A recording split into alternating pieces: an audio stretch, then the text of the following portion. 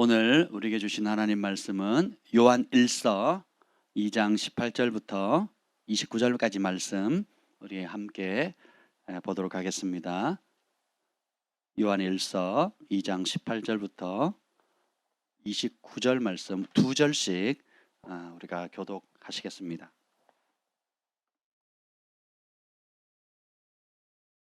다 찾으셨습니까? 요한일서 2장 18절부터 29절까지 두 절씩 교독하겠습니다. 아이들아, 지금은 마지막 때라. 적그리스도가 오리라는 말을 너희가 들은 것 같이 지금도 많은 적그리스도가 일어났으니 그러므로 우리가 마지막 때인 줄 아노라. 그들이 우리에게 나갔으나 우리에게 속하지 아니하였나니 만일 우리에게 속하였더라면 우리와 함께 거하였으리니와 그들이 나간 것은 다 우리에게 속하지 아니함을 나타내려 함이니라. 너희는 거룩하신 자에게서 기름 부음을 받고 모든 것을 아느니라. 내가 너희에게 쓰는 것은 너희가 진리를 알지 못하기 때문이 아니라 알기 때문이요 또 모든 거짓은 진리에서 나지 않기 때문이라. 거짓말하는 자가 누구냐? 예수께서 그리스도이심을 부인하는 자가 아니냐? 아버지와 아들을 부인하는 그가 적그리스도니 아들을 부인하는 자에게는 또한 아버지가 없으되 아들을 시인하는 자에게는 아버지도 있느니라. 너희는 처음부터 들은 것을 너희 안에 거하게 하라. 처음부터 들은 것이 너희 안에 거하면 너희가 아들과 아버지 안에 거하리라. 그가 우리에게 약속하신 것은 이것이니 곧 영원한 생명이니라. 너희를 미혹하는 자들에 관하여 내가 이것을 너희에게 썼노라. 너희는 주께 받은 바 기름 부음이 너희 안에 거하나니 아무도 너희를 가르칠 필요가 없고 오직 그의 기름 부음이 모든 것을 너희에게 가르치며 또 참되고 거짓이 없으니 너희를 가르치신 그대로 주 안에 거하라. 자녀들아 이제 그의 안에 거하라. 이는 주께서 나타내신 바 되면 그가 강림하실 때에 우리로 담대함을 얻어 그 앞에서 부끄럽지 않게 하려 함이라. 너희가 그가 의로우신 줄을 알면 의를 행하는 자마다 그에게서 난 줄을 알리라. 아멘.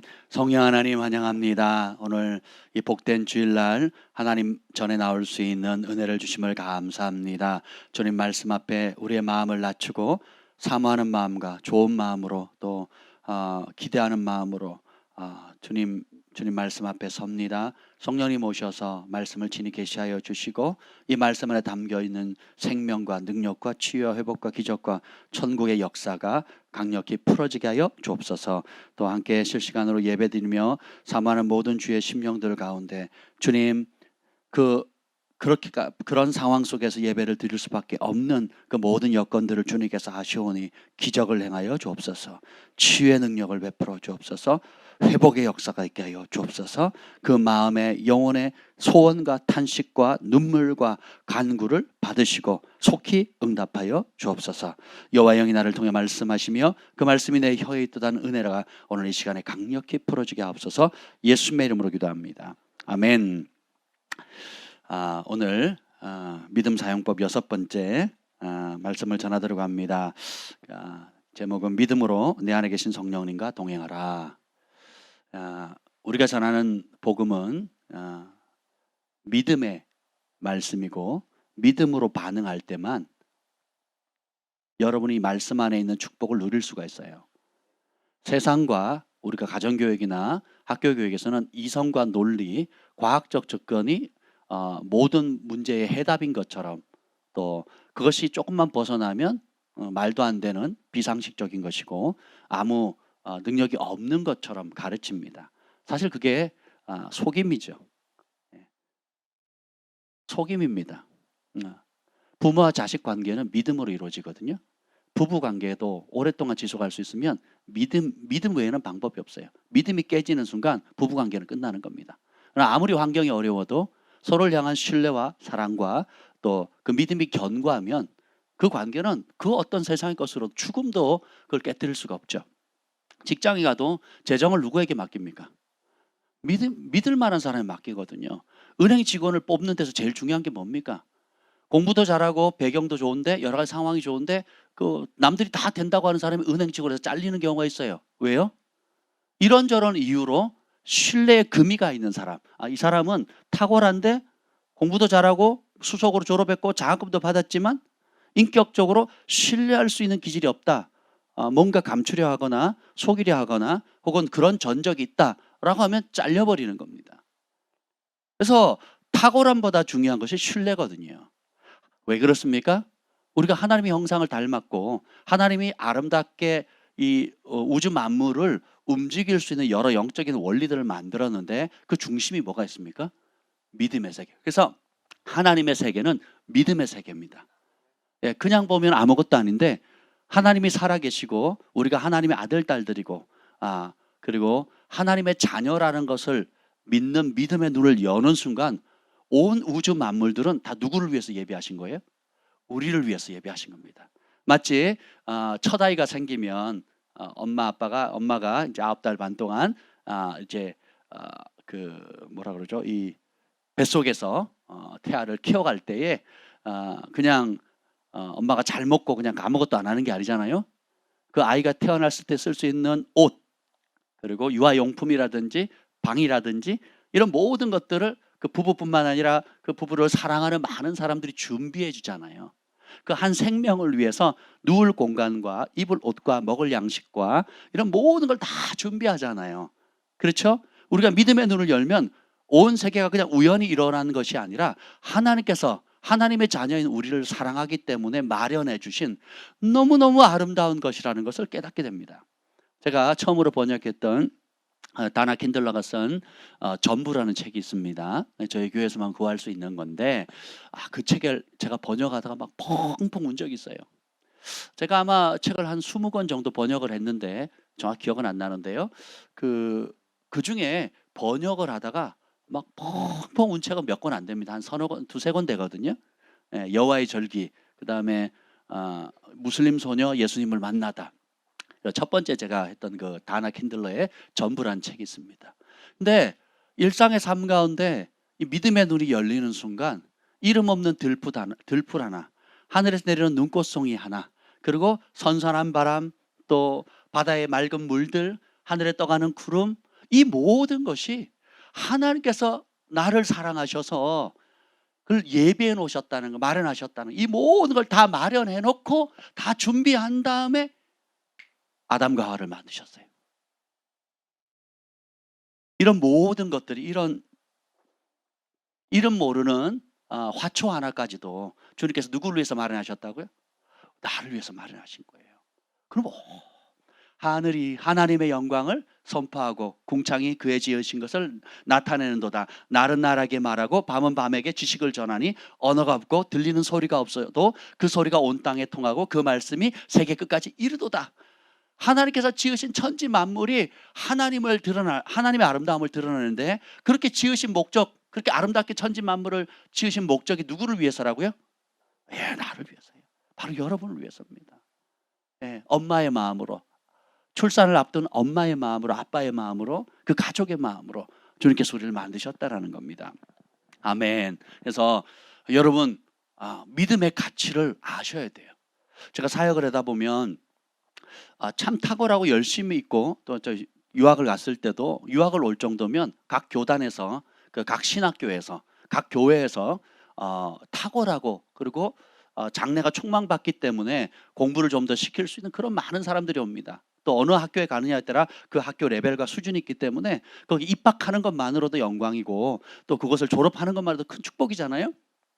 탁월한 사람들이 모여서 이제 함께 무슨 연합 집회도 하게 되고 또 여러 가지 주회를 위해서 하는데 참 똑똑한 사람 많고 열정 있고 계획적이고 치밀하고 그리고 실력 있는 사람 많은데요. 믿음을 발동하는 사람이 드뭅니다. 실력 있는 사람 밤을 새서 일을 합니다. 그리고 자기가 할 수 있는 모든 최첨단 장비를 동원해서 그리고 인맥을 동원해서 모두 다 해요. 그런데 정작 무릎을 꿇지 않아요. 정작 하나님을 의지하지 않습니다.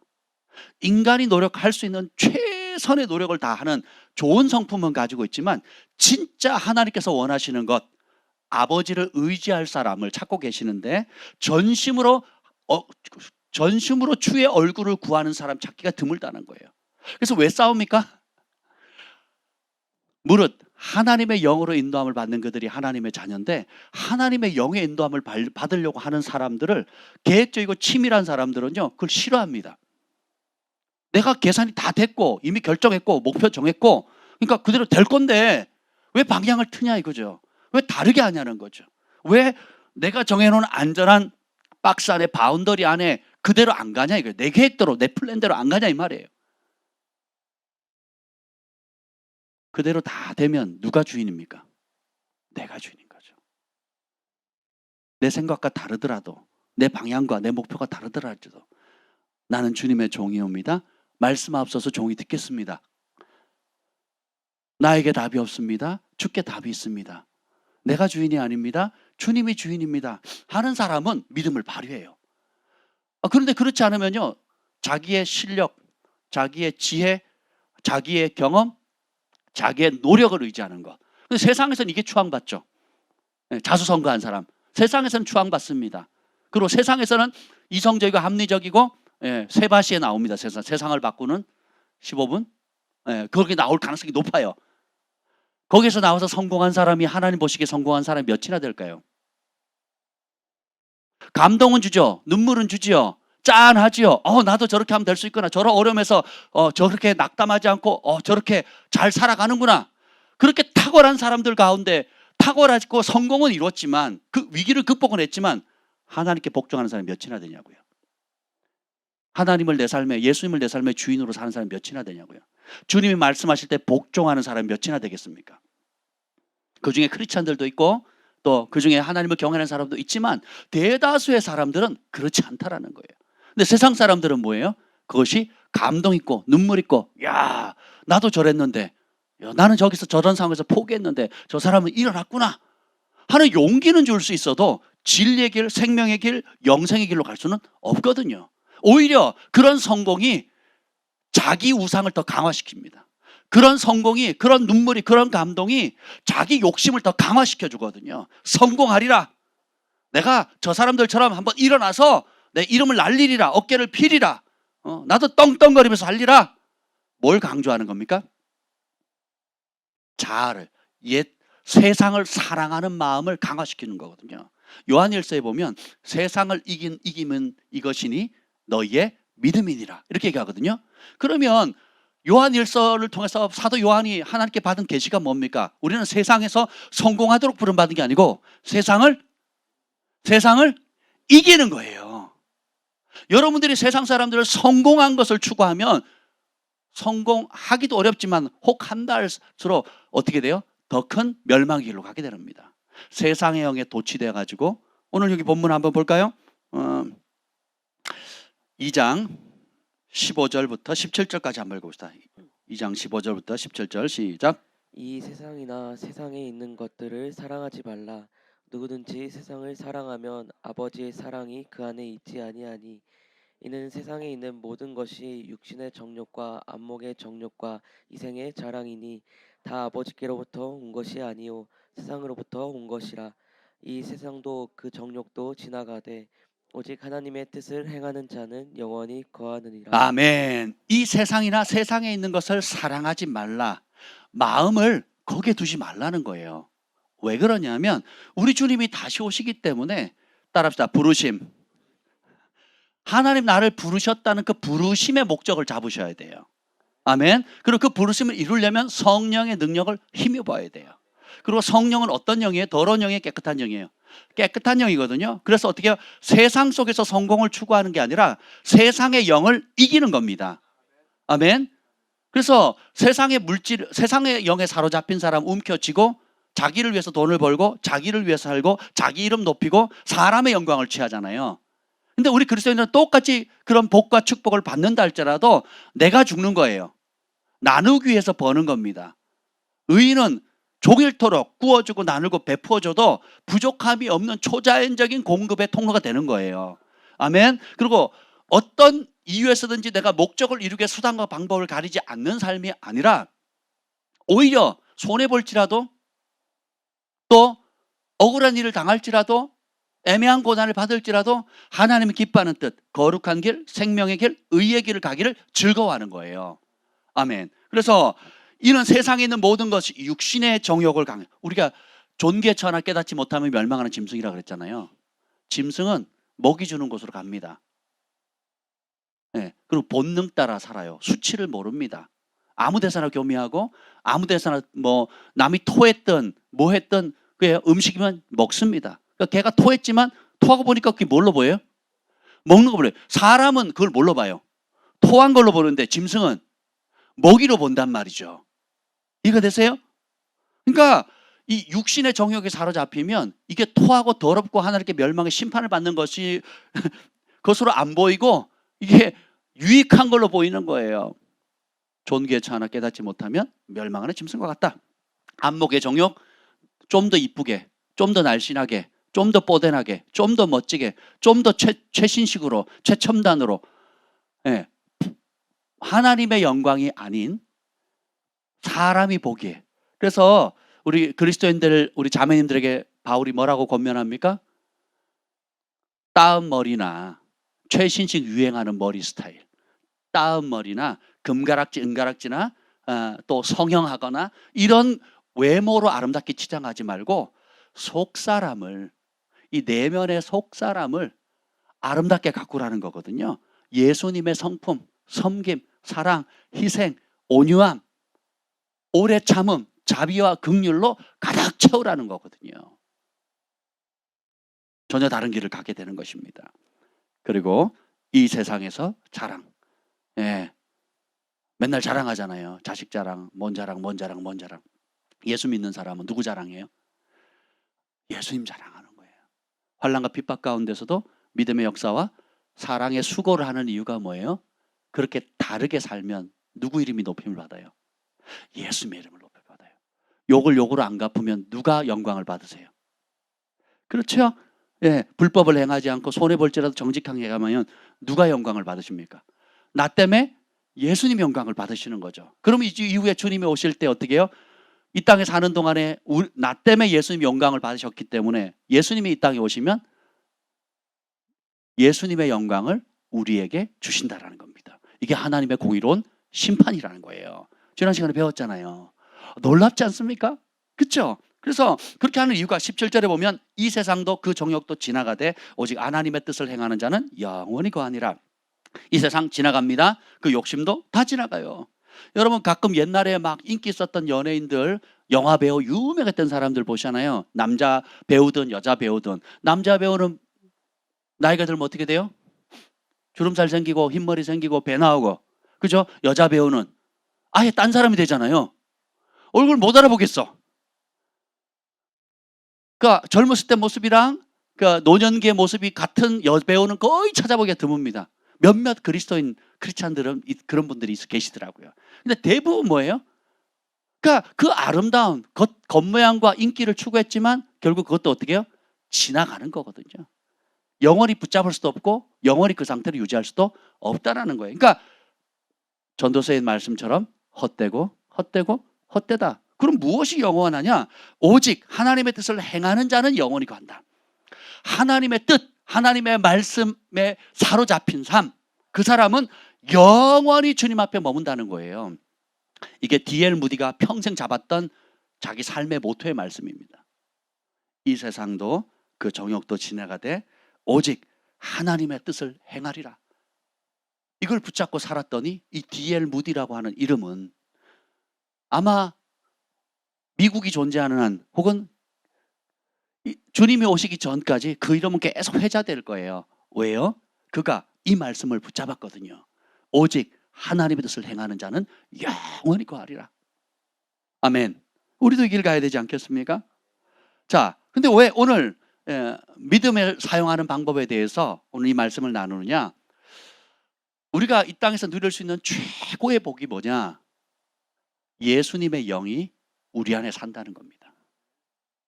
근데 이 예수님의 영이 우리 안에 들어와서 잠깐 방문하거나 혹은 능력을 삼손처럼 능력을 행할 때 잠깐 임했다가 떠나가시는 것이 아니고 영원히 성령이 거하실 집으로 전으로 삼으시겠다는 거예요. 여러분이 하나님의 성전인 걸 믿으십니까? 하나님의 영이 거하시는 걸 믿으세요? 근데 이 하나님의 영이 우리 안에 거하신다는 이 교리적인 사실은 다 알지만 이것을 얼마나 누리느냐, 그리고 우리 안에 계신 성령님을 통해서 우리가 얻을 수 있는 혜택은 무엇인가, 요한복음 14장에 보면 하나님께서 보혜사 성령을 보내주시는데 그 보혜사란 뜻이 곁에서 도와주시는 분이라는 뜻이거든요. 그러니까 한마디로 말하면 영어로 말하면 헬퍼예요. 헬퍼. 그러니까 돕는 자라는 뜻이에요. 돕는 자. 무엇을 도울까요? 근데 이 성령님이 먼저 우리 안에 계시다라는 걸 어떻게 알아요? 에베소서 3장 17절. 에베소서 3장 17절. 별표 300개. 여러분 안에 예수님의 영이 있기를 원하죠. 여러분 안에 하나님의 영이 항상 머물기를 원하죠.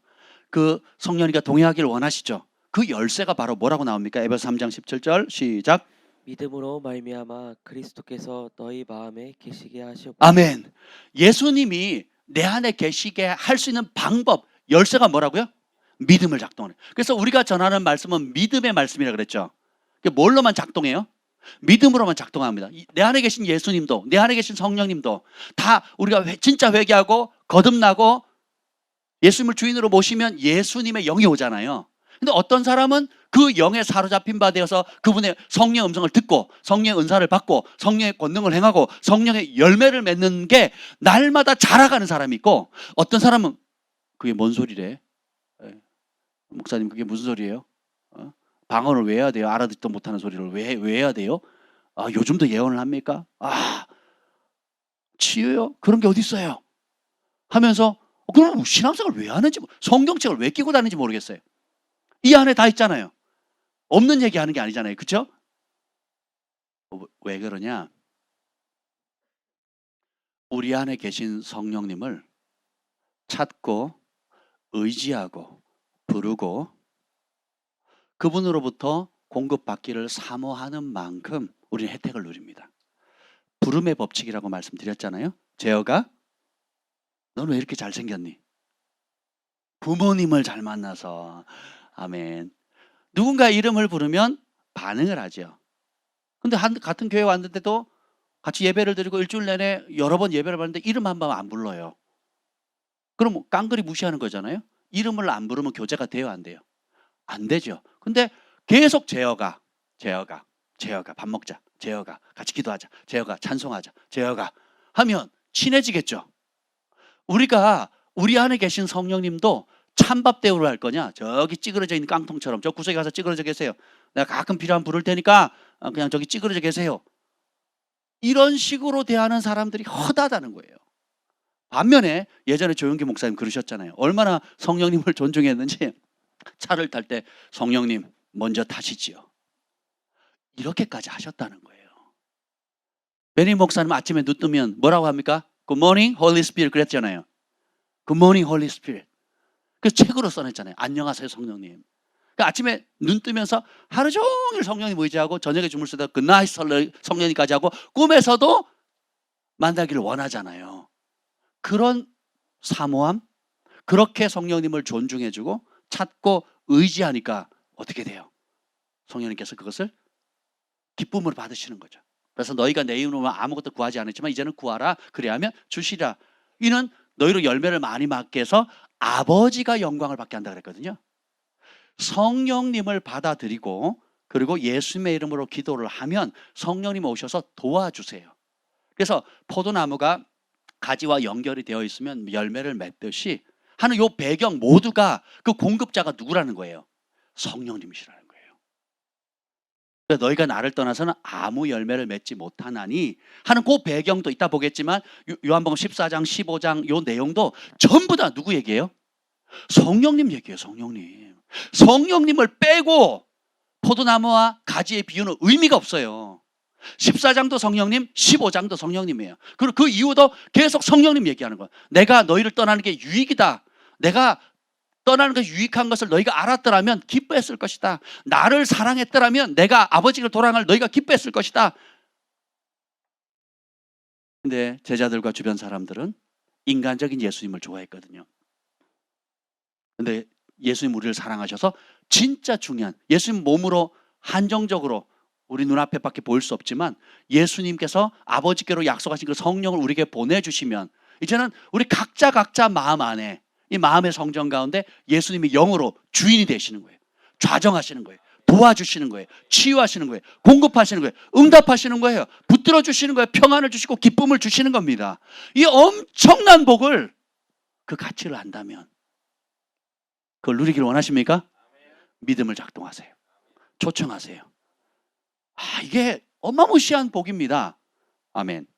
그래서 여기 28절 읽어보겠습니다. 28절 요한일서 2장 28절 시작.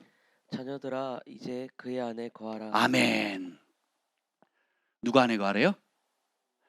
기름 부음 안에 거하라는 겁니다. 27절 읽겠습니다. 27절 시작.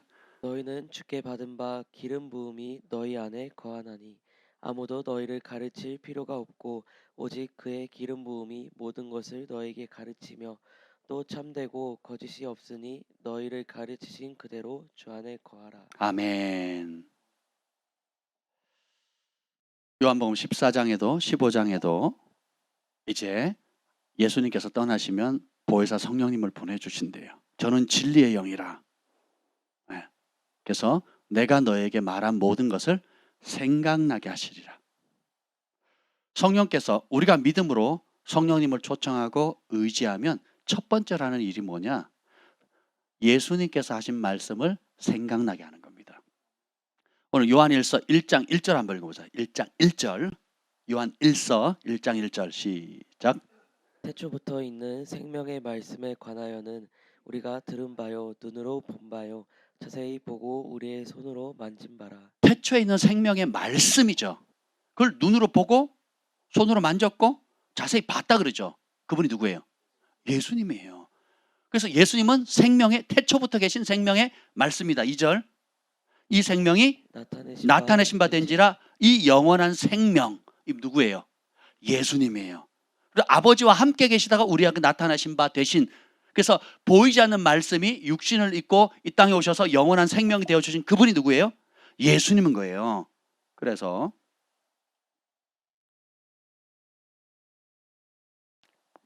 오늘 이 성령께서 우리 안에 들어오시면 첫 번째 역사하시는 게 2장 5절입니다. 5절 읽어봅시다. 2장 5절 시작. 그의 말씀을 지키는 자는 하나님의 사랑이 참으로 그 속에서 온전하게 되었나니 이로써 우리가 그의 안에 있는 줄을 아노라. 여러분이 이제는 예수님 안에 계시죠? 성령 여러분 안에 계시죠? 뭘로 증명하냐 이거예요. 내 안에 계신 성령님을 의지하고 부르고 찾으면 주술사가 요구했던 것처럼, 도깨비 방망처럼, 알라딘의 램프처럼 이거 해주세요 저거 해주시면 다 해주는 그게 아니에요. 내 안에 계신 성령님은 더러운 영이 아니고 욕심의 영이 아닙니다. 진리의 영이세요. 성령님께서 오시면, 진리의 성령이 오면 그가 나를 증거하라 그랬거든요.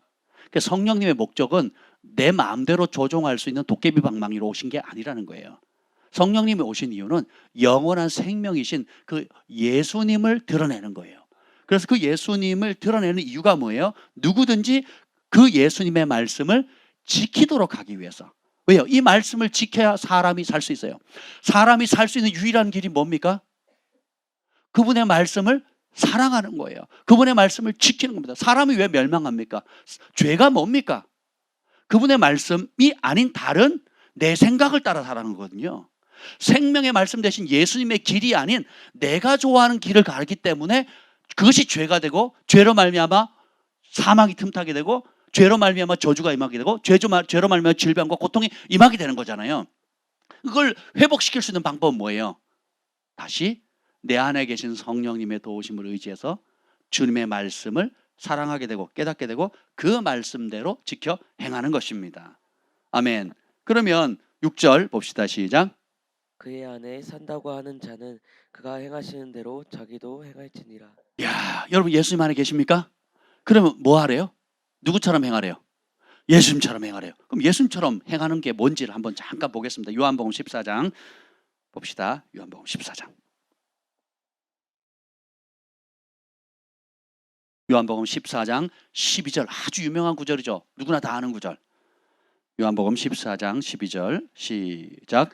내가 진실로 진실로 너희에게 이르노니 나를 믿는 자는 내가 하는 일을 그도 할 것이요 또한 그보다 큰 일도 하리니 이는 내가 아버지께로 감이라. 예수님께서 아버지께로 가시기 전에 주신 약속이 뭡니까? 나를 믿는 자는, 예수님 믿으시는 분만 아멘. 그러면 두 가지를 한대요. 내가 하는 일 하시겠대요. 그리고 또 나보다 더 큰 일 한다 그러죠. 그럼 예수님이 하신 일이 뭐예요? 누구든지 그의 안에 거한다고 하는 자는 그가 행하시는 대로 할지니라 그렇게 했잖아요. 그럼 여기도 보면 나를 믿는 자는 내가 하는 일을 한다 그랬죠. 그럼 예수님이 하신 일이 뭐냐? 그 위에 10절에 나옵니다. 10절 시작.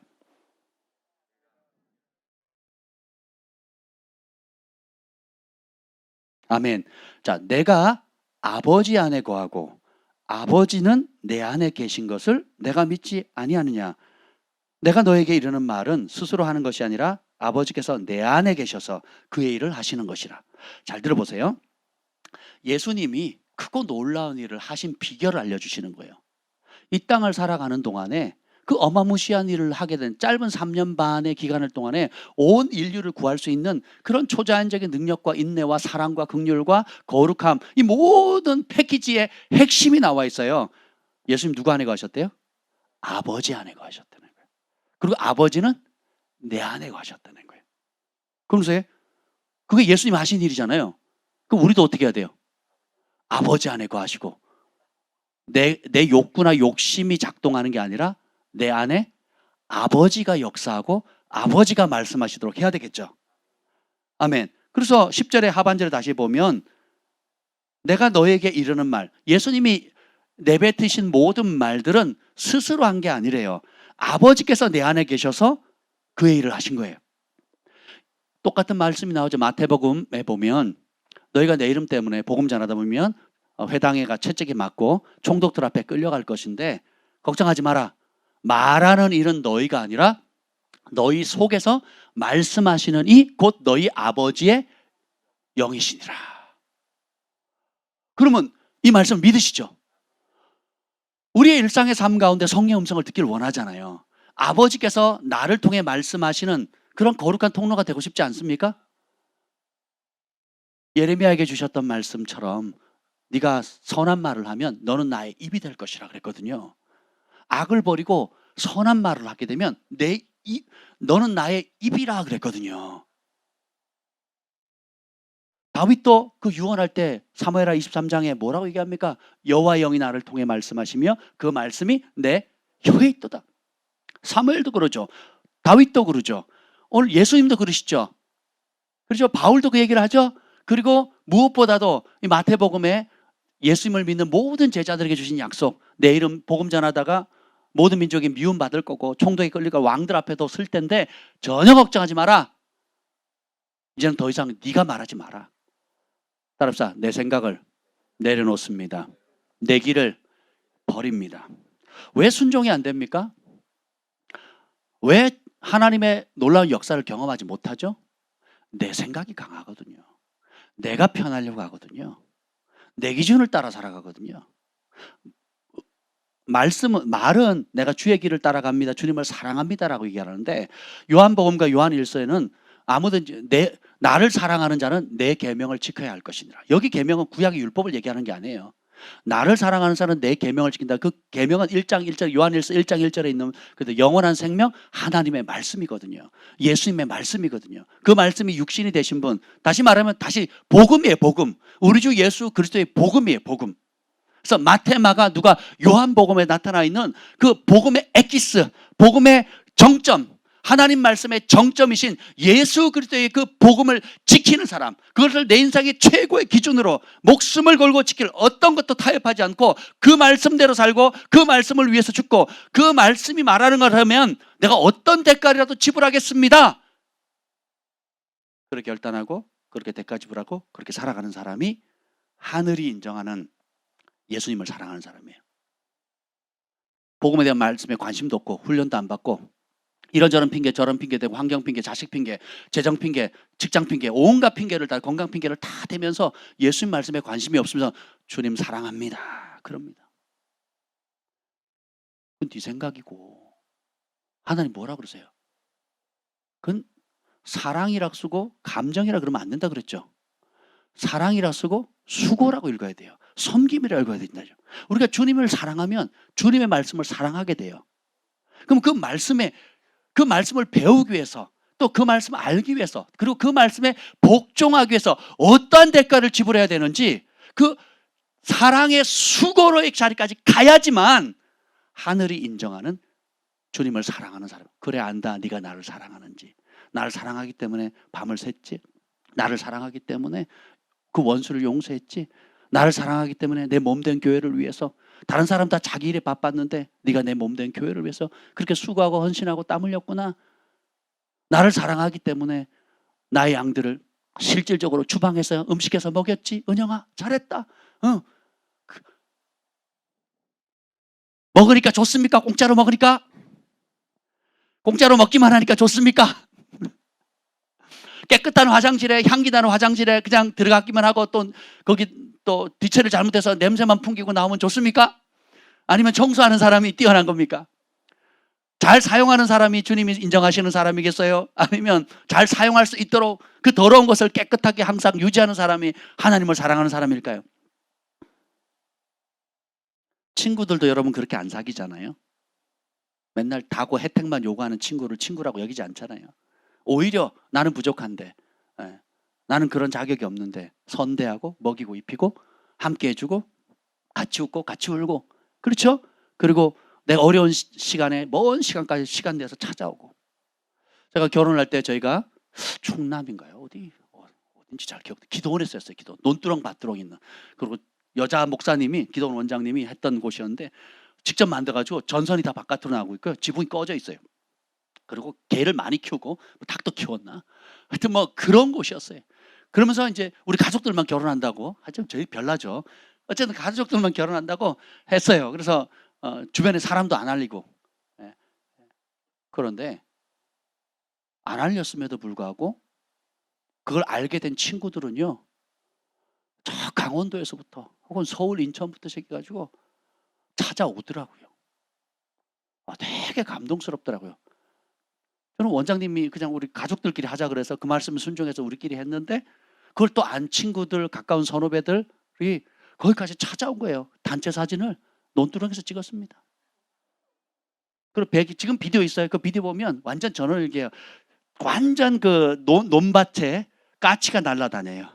예. 그러면서 안개가 뿌옇게 껴있는데 음악도 그런 비슷한 전원일기 음악을 그때는 막, 그때도 굉장히 좋았는데 지금 보면 막 더 저는 감동스러운 거예요. 우리 김 목사님 감정은 묻지 마세요. 저랑 완전히 다르니까. 저는 김 목사님 팬시하고 막 고급스럽고 이런 걸 좋아하는데, 저는 완전히 그 청국장 냄새 나는 이렇게 논두렁 이런 걸 좋아하기 때문에. 근데 보세요. 지나고 보니까 그 자리에 함께했던 친구가 지금까지 함께하는 친구들이에요. 그 자리에 함께하는 친구가 지금까지 함께하는 친구입니다. 그 자리에 오지 않은 친구들은 지금까지 우리 한때 만났던 사람이지 정말 오래된 친구로 가지는 않더라고요. 마음에 있는 게 드러나는 거거든요. 오늘 보면 예수님께서 나를 믿는 자는 내가 아니라 할 거다. 그 첫 번째가 아버지 안에, 아버지가 내 안에, 그러면서 그분을 사랑한다고 하면 그분의 말씀에 목숨을 거는 거예요. 이게 하루 이틀에 빠지는 게 아니에요. 여러분 나이만큼 쩔어 있다 그랬잖아요. 여러분 기름때가 묻은 행주나 걸레를 한번 생각해 보세요. 여러분의 나이만큼 세상의 기름에 쩔어 있는 거예요.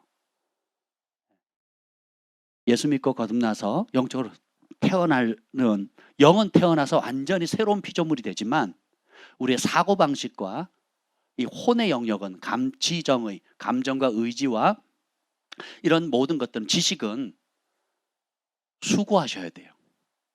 그래서 그것을 해결할 수 있는 방법이 시편 1편 1절에 복이 있는 자는 이 율법책을 주야로 묵상하는 거예요. 언제요? 주야. 주야를 빼면 남는 시간이 없죠. 이 말씀이 영생의 말씀이고 우리의 영혼을 행복을 주는 말씀이라고 믿는다면 어떻게 하시겠어요? 주야로 사랑하게 되겠죠. 그리고 사모하는 만큼, 믿고 순종하는 만큼 누릴 수 있다. 차별하지 않으시고 누릴 수 있다.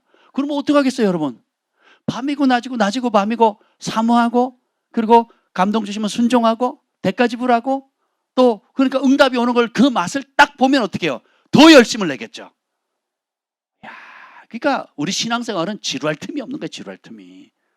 그걸 안 하고 내 생각 고집하고 좀 더 편하게. 여러분 편하게 신앙생활하는 거요. 지옥길입니다. 지옥길. 편하게 쉬어간다는 게 뭐예요? 세상의 영을 강화시켜주는 거거든요. 좀 더 자자, 좀 더 눕자, 좀 더 편한 집, 좀 더 좋은 차, 좀 더 좋은 환경, 좀 더 많은 월급, 좀 더 죽을 때까지요. 이 좀 더 하면요 불행해지는 거예요. 근데 우리가 진리를 알게 되면 뭐가 보여요? 나보다 어려운 사람이 보여요. 나보다 가난한 사람이 보입니다. 나보다 못 배운 사람이 보이고 나보다 아픈 사람이 보이고 나보다 하여튼 내가 얼마나 많이 그리스도 안에서 부유한가를 보게 돼요. 예수님의 영이 그렇게 도와주신다고요. 근데 세상의 영은요 승진하죠. 그러면 그때는 기뻐합니다. 그 다음 뭐예요? 더 높은 자리를 욕심을 냅니다. 월급이 올라가죠. 그때는 좋아합니다. 그 다음에 어떻게 해요? 나보다 더 월급을 많이 받는 사람하고 비교하기 시작해요. 중고차든 새 차든 사죠. 그럼 그때는 좋아합니다. 세상의 영은 뭐예요? 그러면 다음 급으로 한 번 더 점프해보자. 어떤 분야든지 끝도 없이 좀 더 편하자, 좀 더 배우자, 좀 더 누리자, 좀 더 멋있게 하자. 여러분 그러면서 뭘 놓칩니까? 하나님의 부르심, 그리고 하나님께서 내게 맡겨주신 그 빌라델비아 교회에 칭찬하셨던 것처럼 내가 너에게 적은 능력을 줬는데 이 적은 능력을 가지고 불평하거나 비교하거나 원망하지 않고 이 적은 능력을 가지고 충성된 거 내가 너무 기쁘다. 그래서 뭐예요? 다윗의 열쇠를 준다 그랬거든요. 여러분이 다른 사람을 비교하는 순간 여러분 불행해집니다. 근데 여러분이 이미 가지고 있는 지금의 모습이 하나님께서 내게 맡기신 빌라델비아 교회에게 맡겼던 것처럼 작은 능력이지만 충성을 다하면 주님께서 어떻게 해요? 다윗의 열쇠를 주는데 열면 닫을 자가 없고 닫으면 열 자가 없다 그랬어요. 심지어 마지막 그 환란 때 건져내시겠다라는 어마무시한 약속도 주시거든요. 우리 하나님의 관심이 우리의 마음의 중심에 있기 때문에 이 중심을 표현하는 방법이 바로 믿음입니다. 믿음을 작동하는 훈련을 계속 훈련하셔야 돼요. 그럼 이 믿음은 긍정적인 생각이 아니에요. 단순히 믿음은 들음에서 나요. 들어야 돼요. 뭘요? 그리스도의 말씀이에요. 그리스도의 말씀에 토대를 두지 않은 믿음은 자기 고집이 됩니다. 그리고 멸망의 길로 인도하게 돼요. 세상의 영을 강화시켜 줍니다. 그리스도의 말씀을 듣는 믿음이에요.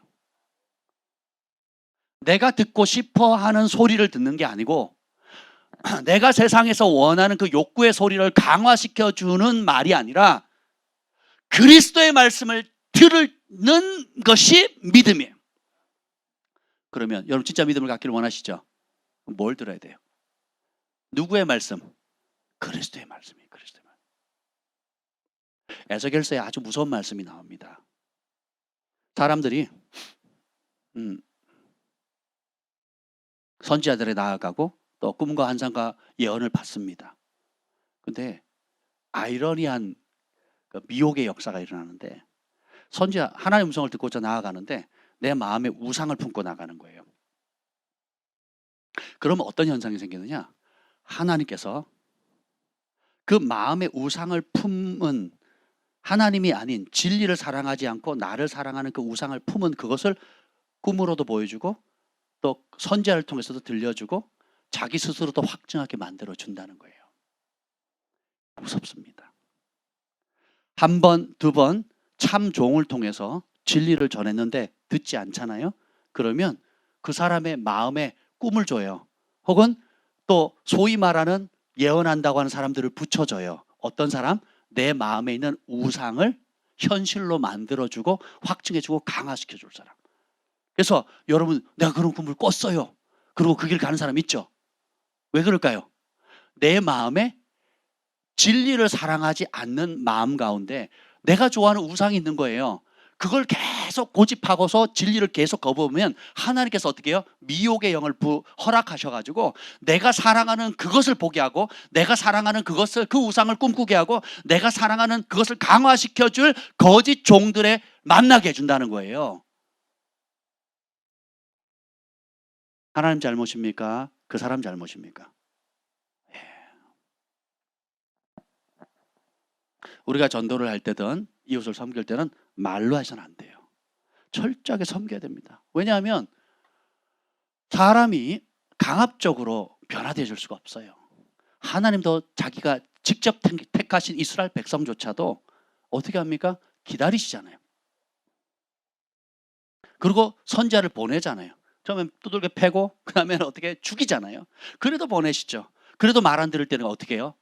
최후의 방법이 뭡니까? 내 마음에, 그 사람들이 각자 품은 마음의 우상의 소리를 그대로 보고 듣도록 열어줘 버려요. 결국은 각자의 선택대로입니다.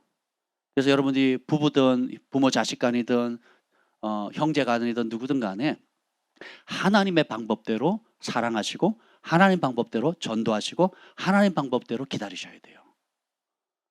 조정하거나 강압하거나 해서는 안 됩니다. 내 부모를 할지라도 내 마음대로 안 되잖아요. 내 새끼를 할지라도 내 마음대로 안 되잖아요. 제가 우리 아버지, 어머니, 우리 가족들을 위해서 어떻게 대하는지 여러분 계속 들어보시잖아요. 쉬운 게 아닙니다. 지금은 제가 더 힘이 세요. 저희 아버지보다. 저희 아버지 틀리하고 계시거든요. 위아래다. 틀리 빠지면 완전 진짜 할아버지예요. 끼시면 우리 아버지 맞아요. 빼는 순간 옆집 할아버지가 되는 거예요. 힘도 제가 세고, 영향력도 제가 더 있고, 젊고, 얼마든지 제가, 이제는 거꾸로 아버지 교회 안 다니시면 제가 호적 팝니다. 이제 이럴 나이가 됐단 말이에요.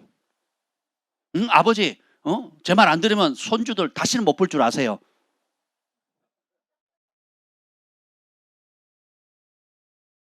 그렇게 해서 돌아온들 그 마음이 돌이키겠습니까? 아니면 더 한맺히지 않겠습니까?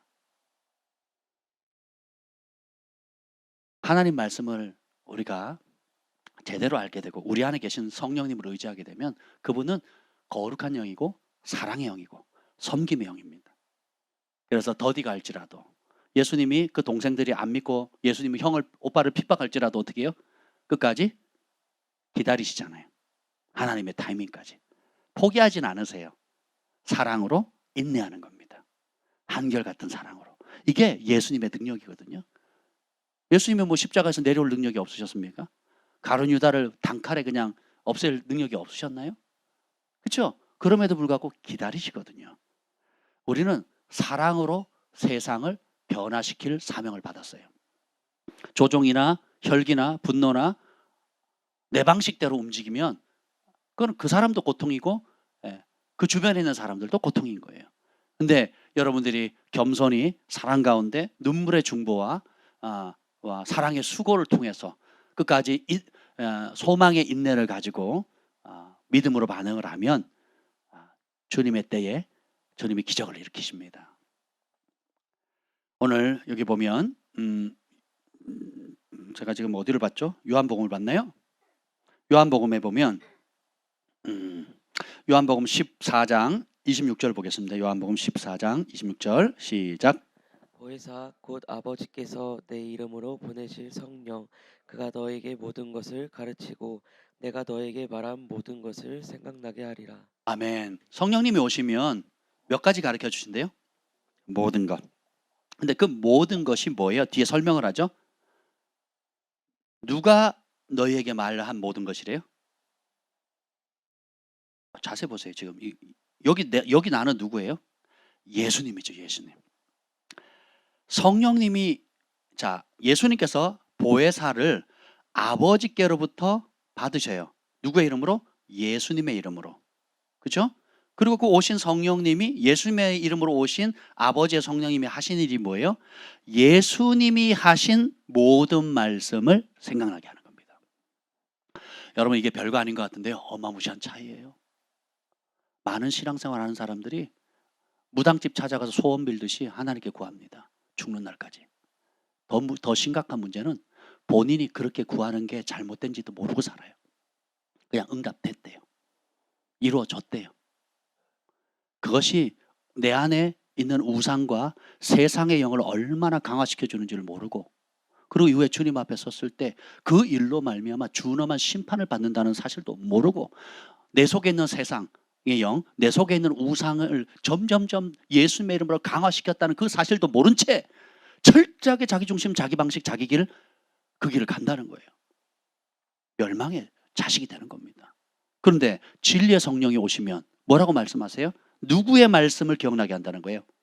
예수님의 말씀. 왜요? 성령님은 누구의 영이니까? 예수님의 영이니까. 그럼 여러분 성령 사모하시죠? 그러면 성령님을 진짜 사모하는 사람은 누구의 말씀을 사모하는 사람이에요? 예수님을. 성령님께 순종하기를 원하시죠? 그러면 그 성령님께 순종한다는 말은 누구의 말씀을 순종한다는 거예요? 예수님의 말씀을 순종하는. 성령님 사랑하시죠? 그러면 누구를 사랑한다는 거예요? 예수님을 사랑하고, 예수님을 사랑한다는 그분의 말씀을 사랑한다는 거잖아요. 그래서 여러분 시간 내셔야 돼요. 복음서를 정말 사랑하셔야 돼요. 복음서를 중심으로 구약을 읽으시고, 복음서를 중심으로 나머지 신약 성경을 읽으셔야 돼요. 그리고 그걸 읽으실 때마다 뭐라고 해요? 내가 이걸 얼마나 아느냐에 멈추는 것이 아니라 알고 있는 이 말씀 가운데 내가 얼마나 순종하고 있는가, 어떤 말씀을 순종하지 못하고 있는가. 순종하고 있는 내가 하나님을 사랑하는 것이지, 알고 있는 그 말씀을 알고 있는 내가 하나님을 사랑하는 게 아니에요. 하늘의 평가는 알고 있다고 나를 사랑한다고 인정해 주지 않는다는 거예요. 순종하는 만큼 주님께서 어떻게 해요? 그 사랑이 크다라고 보시는 거예요. 생각 이제 선명해지시죠? 그렇죠? 예, 그럼 여러분 자신도 어느 정도 보이셔야 돼요. 그리고 주변 사람들도 보이시죠? 예, 그래서 지금 남 비판하고 남이 어떻고 저떻고 뭐 교회가 어떻고 목사님이 어떻고 뭐 할 여력이 없어요. 지금 내 코가 석잔데 그런 마음 안 드세요? 여러분 예수님 말씀 지금 다 알고 계십니까? 뭐 66권은 둘째치고 마태, 마가, 누가, 요한복음 네 권만이라 제대로 알고 계십니까? 그럼 급하게 마음이 좀 급해지지 않나요? 그럼 어떻게 여차저차해서 열심히 해서 벼락치기를 해서 내가 그걸 내용 파악이라도 했다. 객관적인 내용 파악이라도 했다. 이것도 안 하는 사람이, 죽을 때까지 안 하는 사람이 허다합니다. 허다해요. 죽는 날까지 그리스도인들이 집사님, 장로님 다 되셨는데 그거 안 하고 죽는 사람 허다합니다. 그리고 주님 사랑한대요. 그럼 안 읽었는데 어떻게 알아요? 안 배웠는데 어떻게 압니까? 그리고 두 번째, 혹 이제 그렇게 배웠다 할지라도, 열심히 해서 했다 할지라도 거기서 멈추는 게 아니라 어떻게 해요? 그 말씀에 내가 하나하나. 그래서 마태복음 5장에 보면 천국에서 큰 자 작은 자 못 들어가는 자가 나오죠. 내 한 말 중에 지극히 작은 거라도 우습게 여기는 사람은 천국에서 작은 자라 그랬어요. 근데 이 지극히 작은 거라도, 토시 하나라도 소중히 여겨서, 따라합시다. 행하며 가르치는 자. 행하며 가르치는 자는 천국에서 크다 그랬어요. 근데 이건 별로 중요하지 않아. 우리 교단에 안 맞아. 우리 교리에 안 맞아. 그리고 그건 나한테 관심이 없어 하고 무시해버리는 순간 어떻게 해요? 천국에서 작은 자가 돼. 그것도 조건이 있어요. 무시하지만 자기가 중요하다고 생각하는 것은 행하며 가르친다는 거거든요. 근데 못 들어가는 자는 어떻게, 바리새인과 서기관들은 아예 안 받아들이고, 그리고 자기 고집을 피우지요. 그런 사람들은 결단코 천국에 들어가지 못한다 그러거든요. 그래서 아버지께서 이 길을 갈 수 있도록 우리 안에 주의 영을 부어 주셨다는 겁니다. 19절, 요한복음 14장 19절 읽어보겠습니다. 14장 19절 18절부터 볼게요. 18절 시작. 내가 너희를 고아와 같이 버려두지 아니하고 너희에게로 오리라. 조금 있으면 세상은 다시 나를 보지 못할 것이로되 너희는 나를 보리니 이는 내가 살아있고 너희도 살아있겠음이라. 아멘. 주님께서 우리를 고아와 같이 홀로 버려두지 않는다는 거예요. 고아를 한번 생각해 보세요. 누구를 고아라 그럽니까? 보호자가 없다는 거거든요. 공급자가 없다는 거예요. 인도자가 없다는 겁니다. 그래서 최약자, 당할 수밖에 없는, 권리를 행사할 수 없는, 그렇게 내버려 두지 않으시겠다는 거예요. 세상은 다시 나를 보지 못하지만 너희는 나를 보겠다. 그리고 그 이유가 내가 살아있고 너희도 살아있겠음이라. 이게 영생입니다. 예수님은 죽으신 적이 없어요. 예수님은 살아계십니다. 네, 그 살아계신 예수님이 우리 안에 지금도 살아계세요. 그 살아계심을 우리가 체험하고 누릴 수 있는 비결이 뭐예요? 뭘 작동하는 거예요? 믿음을 작동하는 겁니다. 믿음을 작동하려면 이 사실을 알고 어떻게 해요? 인정해 드려야 돼요. 제가 공부를 할 때 참 그걸 배웠어요. 하도 뭐 수학 문제를 푸는데 안 풀려요. 그래서 제가 주님께 기도했어요. 말하는 이는 너희가 아니라 너희 속에서 말씀하시는 이 곧 너희 아버지의 성령이시니라. 이거를 고등학교 1학년, 2학년 때 깨달은 거예요. 그래서 그걸 적용해 보기 시작했습니다. 어떻게 적용해요? 내 안에서 말씀하시는 분이 누구래요? 성령님이래요. 그래서 성령님, 이 산수 문제가 안 풀리는데, 수학 문제가 안 풀리는데 도와주세요. 풀리더라고요. 기차를 탔는데 전도를 해야 되겠어요. 근데 생판 나도 처음 보고 사람도 나를 처음 보는데 마음문 열기가 쉽습니까? 어렵습니까? 어렵잖아요. 태백에서 청량리까지 5시간 반 통일호 열차 그 탈 텐데, 그럼 어떻게 기도합니다. 내 안에 말씀하신, 너희 안에 말씀하시니 곧 너희 아버지의 성령, 믿음을 작동시키는 거예요. 그래서 입을 엽니다. 그러면 어떻게 돼요? 하실 말씀을 줘요. 기가 막히죠? 이걸 계속 반복하니까 어떤 상황 누구를 만나더라도 지금도 그런 습관을 가지고 있어요. 여러분 상담하거나 만나거나 크고 작은 일을 만날 때마다 성령님을 믿음으로 불러요. 그리고 겸손히 따릅시다. 나에게 답이 없습니다. 주님께 답이 있습니다. 그러니까 그걸 믿으니까 어떻게 돼요? 내가 이 상황에 이런 문제에 상담을 하든 결정을 하든 이런 문제 가운데 나에게 답이 없다는 걸 알기 때문에 성령님을 초청해요. 뭘로? 믿음으로. 믿음으로 그리스도께서 너희 안에 계시게 하옵시고, 고린도후서 13장 5절에 보면 너희가 믿음 안에 있는가 너희 자신을 시험하고 너희 자신을 확증하라. 예수 그리스도께서 너희 안에 계신 것을 너희가 스스로 알지 못하느냐? 그렇지 않으면 너희가 버림받은 자니라. 무섭죠? 이게 단순히 옵션이 아니에요.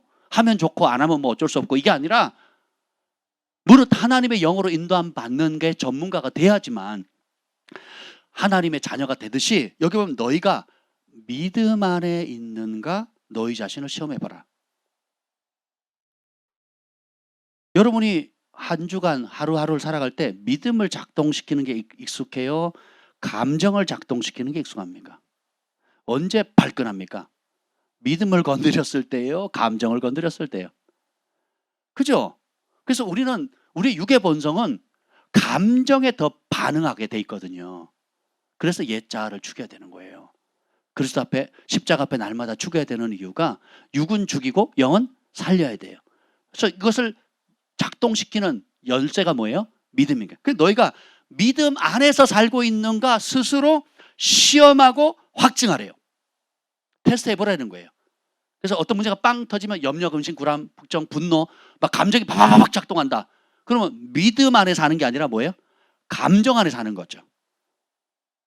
하나님 나라를 위해서 헌신해야 되는데 헌신을 요청하고 있고 도움이 필요한 곳이 있는데 내가 계산이 먼저 작동하고 이성과 논리가 먼저 작동한다면 그 사람은 믿음 안에 있는 게 아닌 거죠. 그러면 그런 현실적인 문제의 상황 속에서 스스로 테스트해보고 시험해보니까 나는 믿음 안에 살고 있는지 이성 안에 살고 있는지, 믿음을 작동시키는지 감정을 작동시키는지 드러나면 어떻게 해요? 겸손히 회개해야 되겠죠. 혹은 또 반대로 이런 상황에서 믿음으로 반응할 수 있도록 허락하신 주님께 감사해야 되겠죠. 더 믿음은 자라야 되잖아요. 그래서 여러분들이 여러분의 삶 가운데 있는 영역들을 계속 성령님을 초청해 보세요. 인정해 보세요. 그리고 들어보세요. 그리고 우리가 하나님의 음성 듣고 분별하는 법들에 대해서 가르쳤잖아요. 그렇죠? 유튜브에도 그 시리즈로 쭉 나와 있으니까 여러분들이 하나님의 음성 듣는 법에 대해서, 영적으로 분별하는 법들에 대해서 그런 걸 배워보세요. 그래서 말씀과 일치하는가, 마음의 평강이 있는가, 덕이 되는가, 또 기타 여러 가지 분별법들이 있는데 여러분들이 그걸 보시면서 믿음 안에서 거하는 법, 믿음을 작동시키는 법을 날마다 연습하셔야 돼요. 하는 만큼 누립니다. 하는 만큼 잘하게 돼요. 하는 만큼 기적이 일어나요. 안 쓰는 만큼 둔감해지고 안 쓰는 만큼 혜택을 못 누려요. 안 쓰는 만큼 세상의 영과 육체의 욕구가 강해집니다. 그래서 혈기와 분노와 염려, 근심과 안일함과 나탐에 빠져요. 그래서 좀 더 자자, 좀 더 편하게, 좀 더 쉽게. 그래서 철저하게 자기중심적인 사고방식을 갖습니다. 여러분 자녀 여러분 것 아니에요. 여러분 인생 여러분 것 아니잖아요. 그렇죠? 아멘 하지만 현실은 돌아보세요. 내가 주를 위해 살고 있는지 자식을 위해 살고 있는지, 자식이 주님 보시기에 아름답게 설 수 있도록 노력하고 있는지, 아니면 내가 원하는 스타일대로 자식을 붙들고 있는지, 여러분 한번 진지하게 한번 살펴보세요. 진리의 빛이 들어가면 보입니다. 진리의 빛이 안 들어가면요, 내가 주님을 위해서, 주님의 영광을 위해서 잘 양육하고 있다고 착각하는 거거든요. 그 열매가 뭐냐? 내가 편한 길로 가느냐, 내가 조금 더 육체가 편하고 쉬운 길로 간다는 성향이 강해질수록 세상의 영이 강해지는 겁니다. 반면에 어떤 환경, 어떤 상황, 날씨, 기후, 천재지변 상관없이 내가 하나님께 결정한 우선순위, 주님 앞에 예배하고 훈련받고 또 하나님 나라를 위해서, 먼저 그의 나라와 그의 의를 위해서 내가 나아가는 데 있어서 흔들림이 없다. 그럼 여러분 믿음 안에 있는 그 시험에서 더 견고해지는 거고 믿음이 자라는 겁니다. 그래서 제가 지난 금요일에 말씀드렸잖아요. 우리 코로나 기간에 우리 더 많이 모이고, 그리고 눈비, 폭풍, 또 폭우, 뭐 자연적으로 오늘 같은 날은 예배를 안 드렸으면 좋겠다 하는 날 여러분들이 다 나오시더라고요. 지난 7, 8년의 삶이 그러했다고요. 그런 사람들은요, 폭풍이 칠수록 나무는 어떻게 돼요? 둘 중에 하나에 부러지든지 아니면 그 바람에 의해서 뿌리가 땅속으로, 그 흔들림을 이용해서 땅속으로 더 깊이 내려가죠. 그렇죠? 똑같은 바람이 오는데, 폭풍이 오는데 폭풍 때문에 부러지는 나무가 있고, 그 흔들림을 이용해서 뿌리를 더 깊이 내리는 나무들이 있거든요. 믿음의 사람은 어떤 상황도 하나님의 말씀으로 반응함으로 인해서 영적인 성숙을 끌어올 수 있는 기회로 삼는 사람들이에요. 지나고 보니까 그렇더라고요. 집이 없을 때, 집이 없는 문제 때문에 집을 사게 되고, 땅이 없을 때 땅이 없는 것 때문에 어려움 당하니까 땅이 생기게 되고, 그리고 교회가 작아서 환경이 어려웠는데 어떻게 해요? 마음껏 부르짖지 못하고 계속 공무원들 찾아오고, 그리고 민원 들어오고, 어쩔 수 없이 또 세는 계속 올리겠다 그러고, 더 어려워지는 그 형편 가운데서 우리가 계속 기도했잖아요. 근데 그때 오히려 어떻게 해요? 하나님께 구하니까 주님께서 오늘 우리가 지금 쓰고 있는 이 좋은 곳으로, 제가 오늘 아침에 우리 몇몇 자매분들에게 얘기를 했습니다. 여러분들은 못 느끼실 거예요. 어떻게 우리가 지난 7년 동안 도곡동에 화장실에, 남녀 공용 화장실, 좌변기 하나 있고, 뭐라 그러죠 이걸? 손 씻는 거를? 세면대 하나 있는 거기서 설거지를 하고 했는지, 다시 하라 그러면 못할 것 같아요. 우리 다시 그 길로 갈까요? 한번 생각해 보세요, 여러분. 거기서 7년을 밥해 먹었거든요. 주방도 없는 공간에서. 끝나고 나면 그 쪼그리고 앉아가지고 다라이에다가 물 받아가지고, 그 있잖아요, 그 누런 다라이 있잖아요, 그 다라이에다가. 근데 지금 얼마나 좋습니까? 근데 결국은 왜 옮겼어요? 결국 위기 때에 믿음으로 반응하게 되면 그것은 기회가 되는 거거든요. 우리의 개인적인 삶이나 교회적인 삶이나 국가적인 것도 다 마찬가지입니다. 삶에 예측할 수 없는 여러 다양한 문제들이 있지만 그 순간에 그리스도의 말씀을 들으려고 하는 거예요. 왜냐하면 믿음의 출처는 그거밖에 없어요. 진짜 믿음은 그리스도의 말씀, 예수님의 말씀을 들으려고 해야 돼요. 들으려면 어떻게 해야 돼요? 내 생각을 내려놔야 돼요. 예수님의 말씀이 아닌 다른 말씀을 다 어떻게 해야 돼요? 내려놓으셔야 돼요. 그러면 들리기 시작합니다. 들릴 때 믿음이 작동하거든요. 그리고 담대함을 가지고 행하게 되면 그 다음부터는 성령님이 역사합니다. 하나님이 개입하세요. 천사들이 움직이기 시작합니다.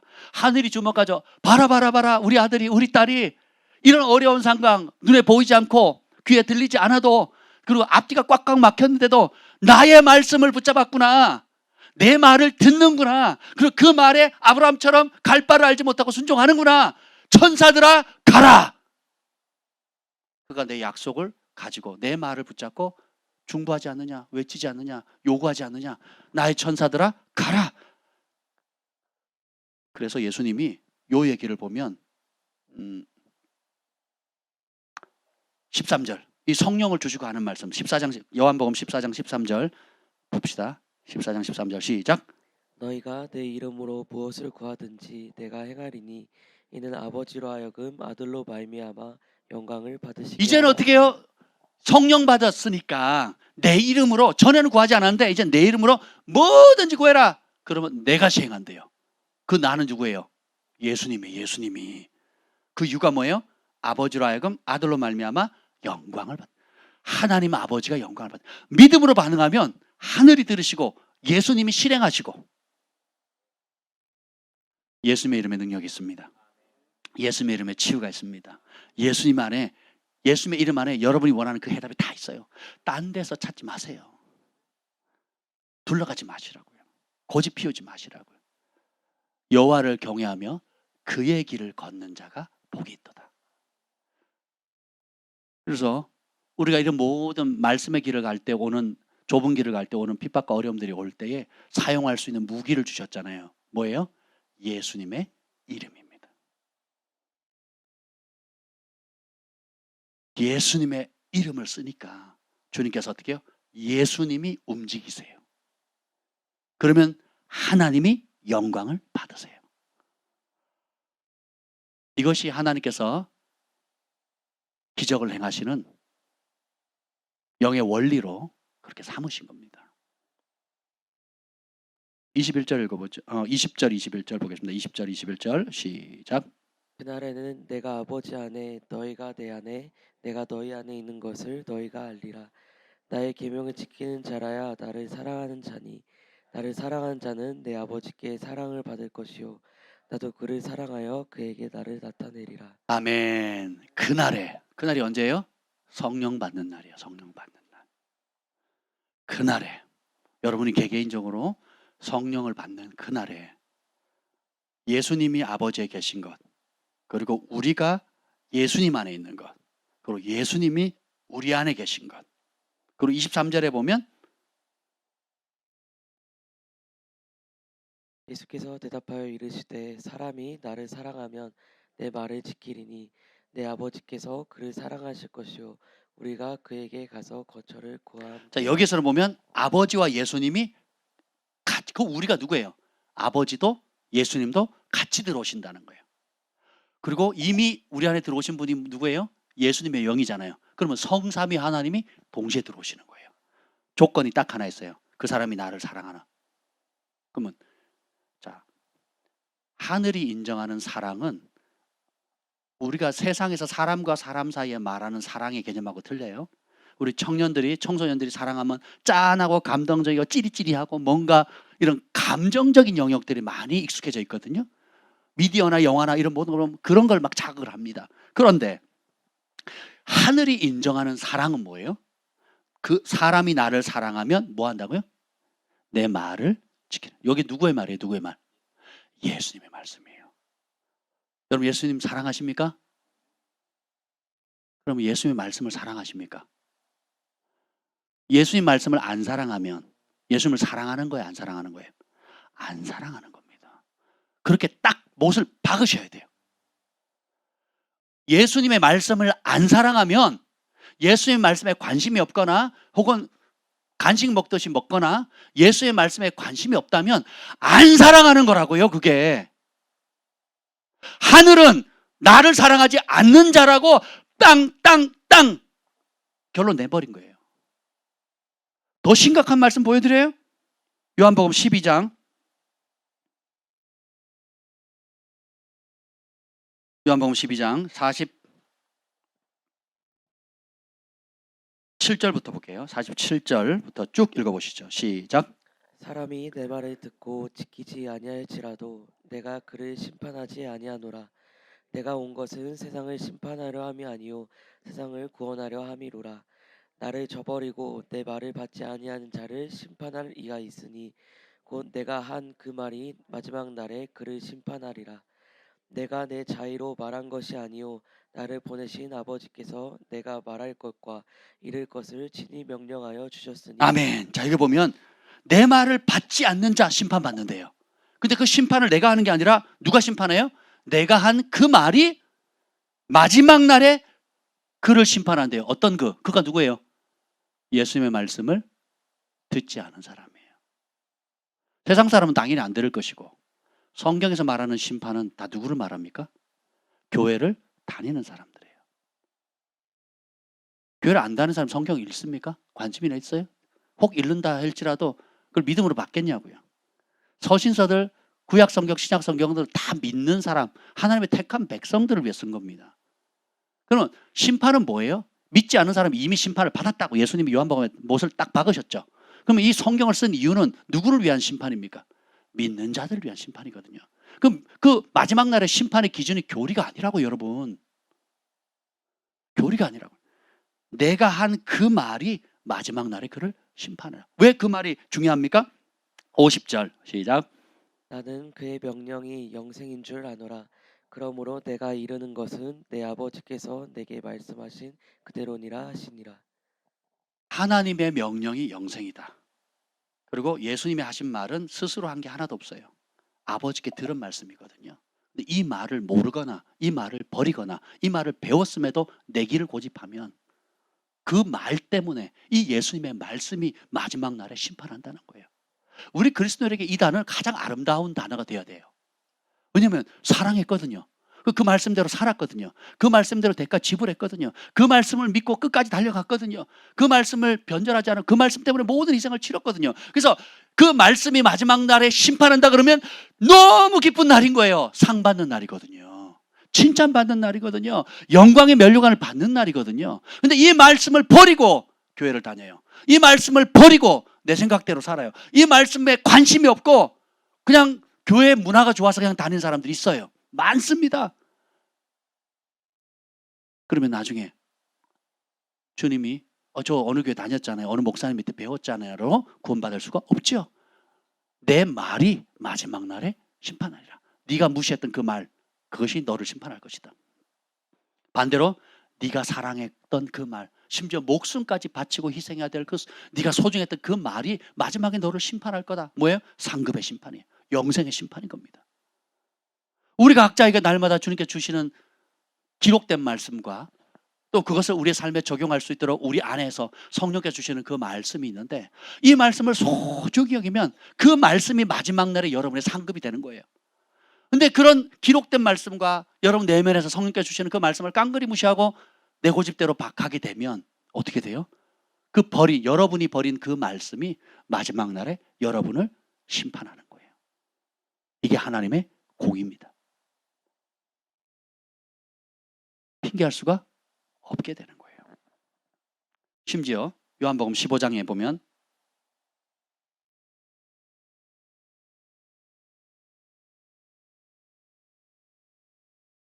15장 가기 전에 12장 다시 볼게요. 12장. 근데 12장 37절 보죠. 12장 37절 시작. 이렇게 많은 표적을 그들 앞에서 행하셨으나 그를 믿지 아니하니.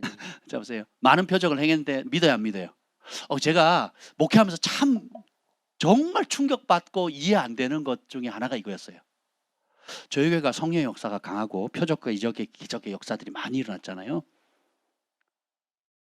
근데 심지어 주님이 직접 나타나가지고 말씀하시고 권위 아래 복종하라고 이런 직접 말씀을 줬는데도요 떠나요. 그리고 온갖 표적과 이적과 기사를 경험했음에도 불구하고 대적하고 떠나더라고요. 그런 사람 간혹 있어요. 저는 이해가 안 가는 거예요. 아니 저런 체험, 아니 제가 얘기한 것도 아니고 주님이 직접 나타나가지고 직접 말씀하셨다니까요. 그걸 간증을 했어요. 그러면 여러분 같으면 어떻게 하시겠어요? 순종하시겠어요? 안 하시겠어요? 제 말 들을래요? 예수님 말씀 들을래요?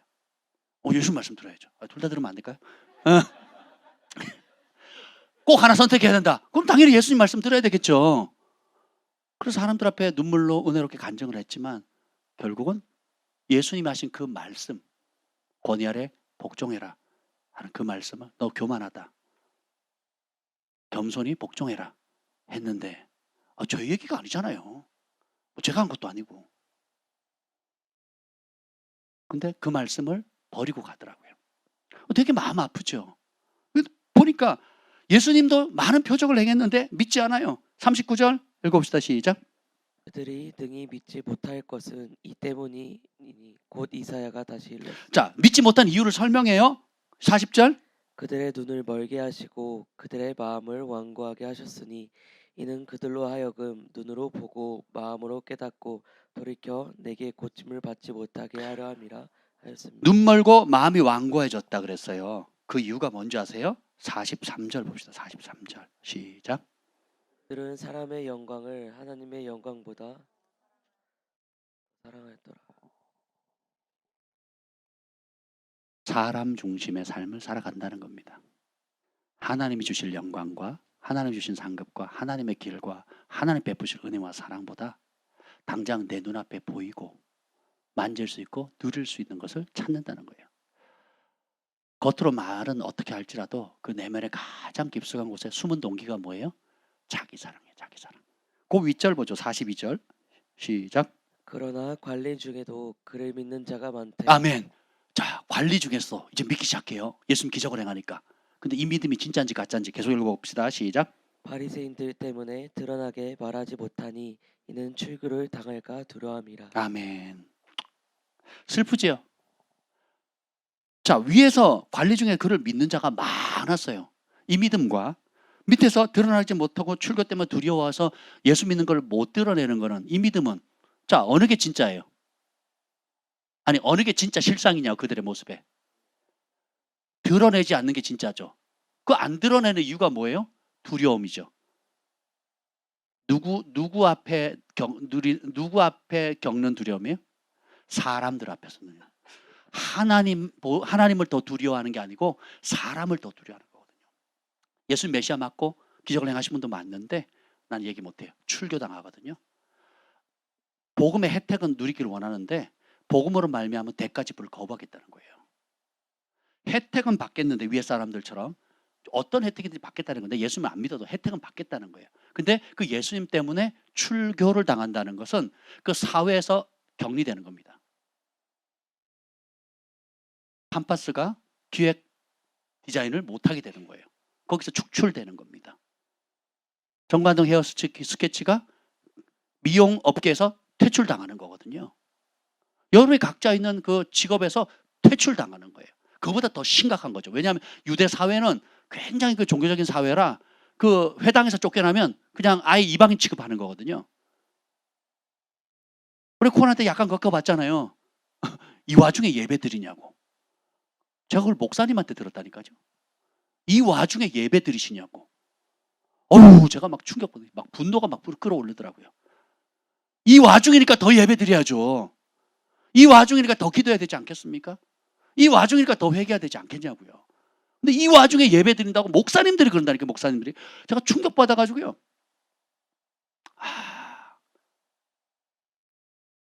우리 순교자 일제시대 때에 유명한 분 누구죠? 주기철 목사님. 그걸 축출한 분들이 누구예요? 한국에 있는 모든 교단장들이 사인한 거거든요.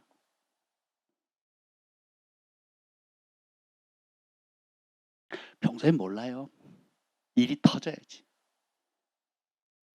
그래서 하나님께서 우리 각자가 겪는 재정적인 위기, 관계 위기, 건강의 위기, 기타 여러 가지 위기를 허용하시는 거예요. 그리스도로부터 듣는 사람은 믿음을 발휘할 기회가 돼서 그 위기가 기적의 무대로 도약하게 됩니다. 그런데 사람을 두려워하고 자기를 중심으로 하면 이 핑계 저 핑계 대서 불편하니 어려우니 잘됐다 이런 이유가 정당한 빌미를 잡은 거예요. 그래서 타협하고 무너져 버립니다. 그래서 자기의 진짜 우상이 드러나는 시즌으로, 그게 하나님의 공의로운 재판의 표시라는 거예요. 그래서 우리가 어떤 상황이든지 여러분이 그리스도 안에 있으면 영적 자신감을 가질 수 있어요. 내가 성령님을 의지하고 믿음을 발동하면 어떤 상황이든지 당당해질 수가 있는 거예요. 나는 그와 같이 버려진 적이 없다. 주님이 성령을 통해서 도와주신다. 오히려 이것이 엄청난 기회다. 할렐루야. 아유, 그러면 무릎을 꿇으면 되고, 너희가 내 이름으로 무엇이든지 구해라. 내가 시행하리라. 그로 말미암아 아버지가 내 이름으로 말미암아 영광을 받으실 것이다. 하나님이 그렇게 결정해 버렸다니까요.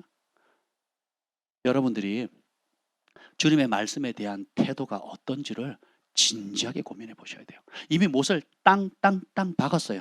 내 말씀 안 사랑하면 나를 사랑하는 거 아니다예요. 내 말씀을 사랑하는데 대가집을 안 한다. 오늘 관리인들처럼 출교당할까 봐 두려워서 드러내지 않는다. 예수의 증인 안 된다 하면 뭐래요? 사람의 영광보다 사람의 영광, 하나님의 영광보다 더 사랑하는 저라고 주님의 땅땅땅 그 사람의 영적 현실을 바로 알려준 거예요. 이게 은혜죠. 따라합시다. 지금 심판받아야 영원한 심판을 피한다. 지금 인식해야 기회가 있다. 이것도 하나님의 은혜입니다. 들을 수 있는 거, 인식할 수 있는 거, 인정할 수 있는 거.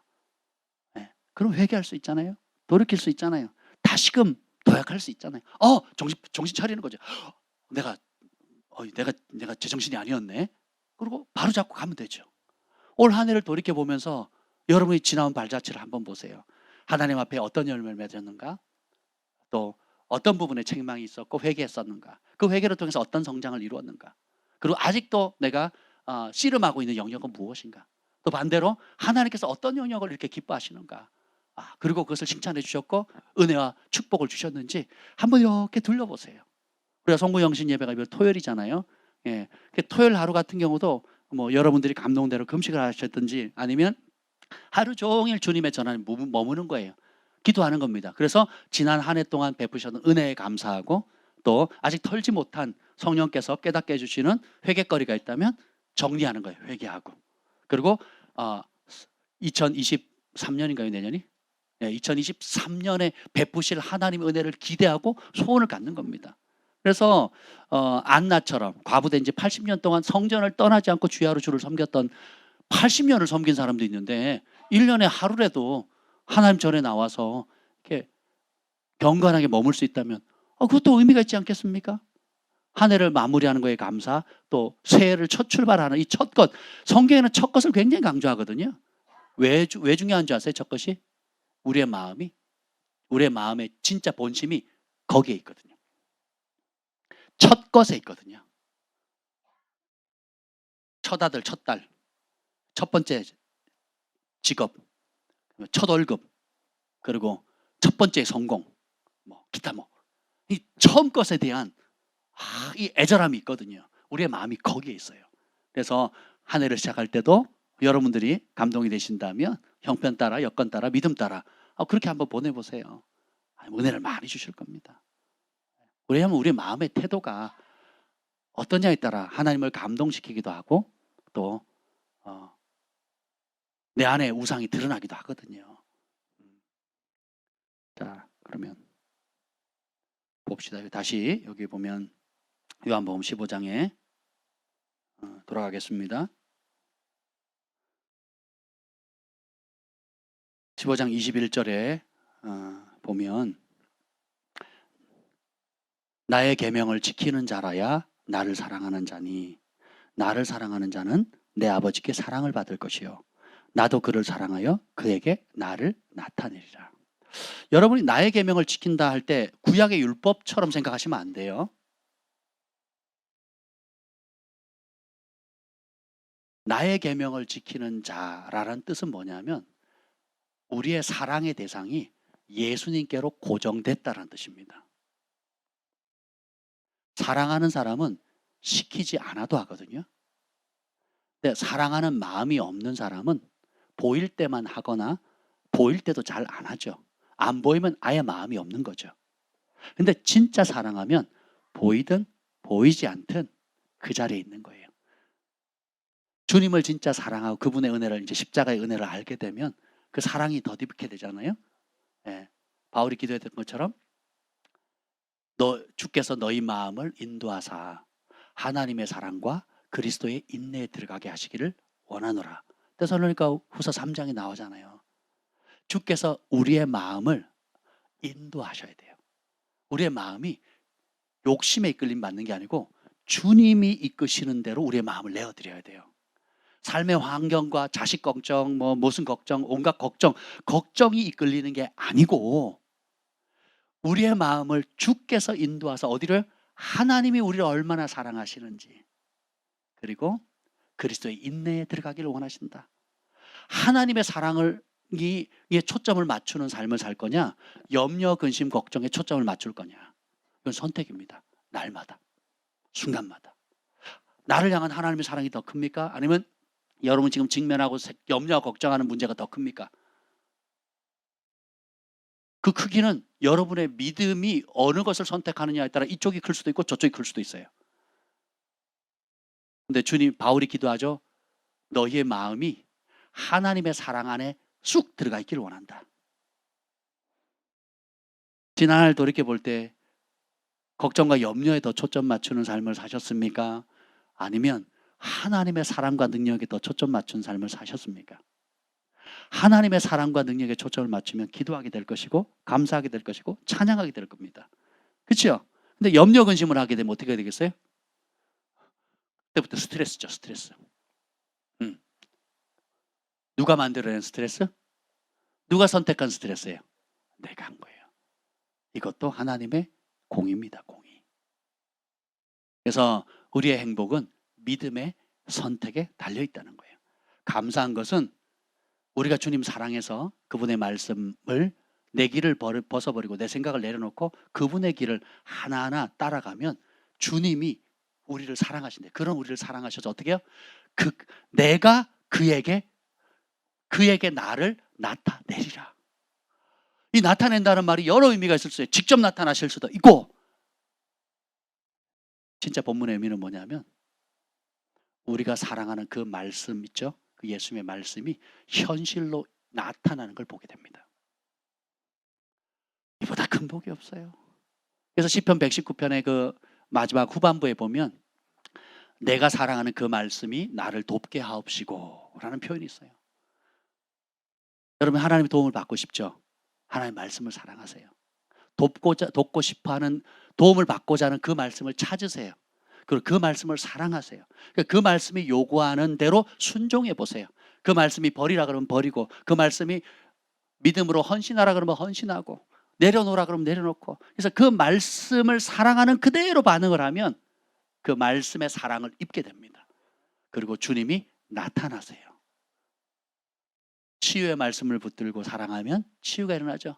공급의 말씀을 붙들고 순종하면, 심고 거둠의 법칙을 따라 순종하면 하나님이 내가 심은 것과는 비교도 안 될 정도로 공급하시는 은혜가 있잖아요. 얼마나 하나님께서 우리를 사랑하셔서 수많은 약속을 주셨습니다. 그뿐만 아니라 또 몇 가지 빼먹을까 봐, 성경에 다 기록 못할까 봐 주님께서 뭐라 그럽니까? 너희가 이제는 내 이름으로 무엇이든지 구하라. 여기 무엇이든지에는 뭐가 들어가 있어요? Everything. 모든 게 들어가 있는 거예요. 모든 게. 우선순위를 바르게 하시고 여러분의 가정과 삶과 직장과 일터와 자녀와 범사와 장래의 모든 문제를 주님과 함께 풀어가 보세요. 다른 세계가 열립니다.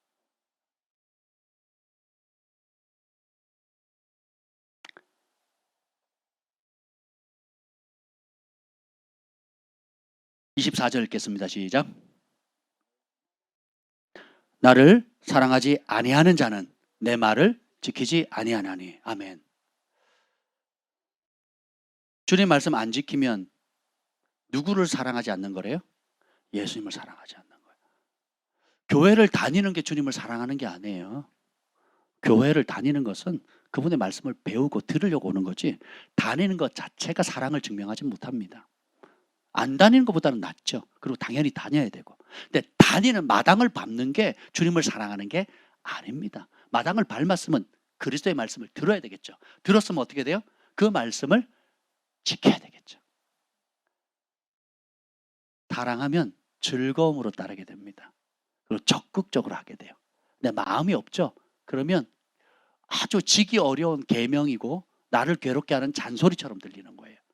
그러면 하나님 말씀이 잔소리처럼 혹은 관심이 없거나 무섭게 들리면 말씀이 문제가 있는 게 아니라 내 마음의 태도가 문제가 있는 겁니다.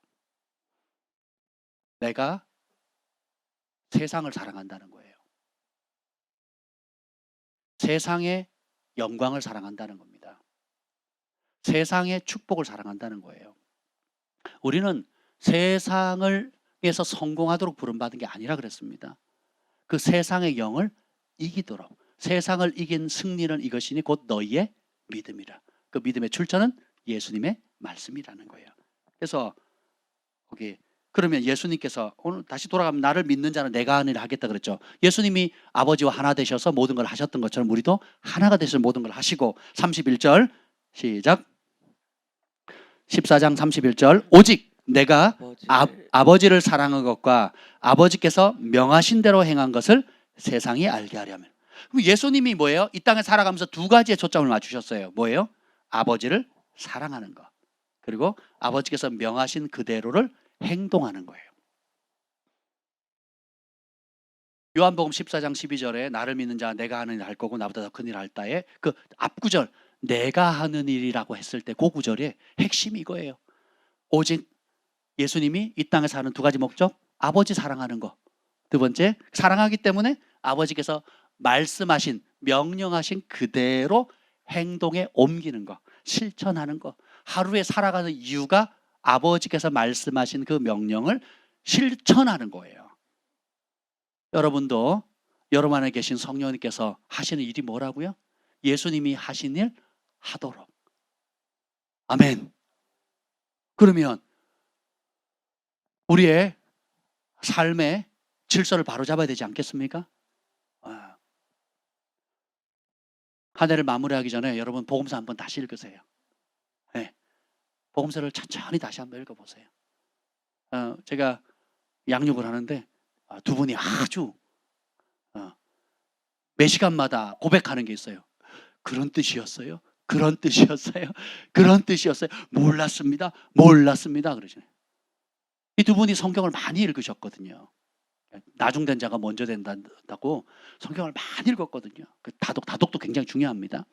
그런데 많이 읽었음에도 불구하고 그런 뜻이었어요? 그런 뜻이었어요? 몰랐습니다. 아, 그랬군요. 그리고 고치고 깨닫고 고치기 시작하는데 얼마나 감사한지 몰라요. 그렇게 읽으셔야 돼요. 많이 읽었다가 중요한 게 아니라 그 읽은 말씀 가운데 그런 뜻이었어요? 그럼 내가 이렇게 해야 되겠네요. 그런 뜻이었어요? 내가 잘못 생각했네요. 그런 뜻이었어요? 그럼 내가 고쳐야 되겠네요. 그런 사람 믿음이 잘합니다. 그리고 예수님이 친히 나타나셔요. 말씀의 응답으로, 순종의 응답으로. 나를 사랑하는 자가 나의 사랑을 입을 것이다 그랬거든요.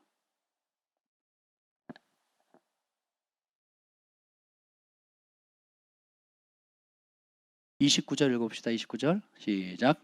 이제 일이 일어나기 전에 너에게 말한 것은 일이 일어날 때에 너희로 믿게 하라 함이라. 자, 지금 이 제자들의 상황은 이 성령에 대한 개념이 있어요, 없어요? 없습니다. 받은 적도 없어요. 몰라요. 근데 미리 알려주셨죠.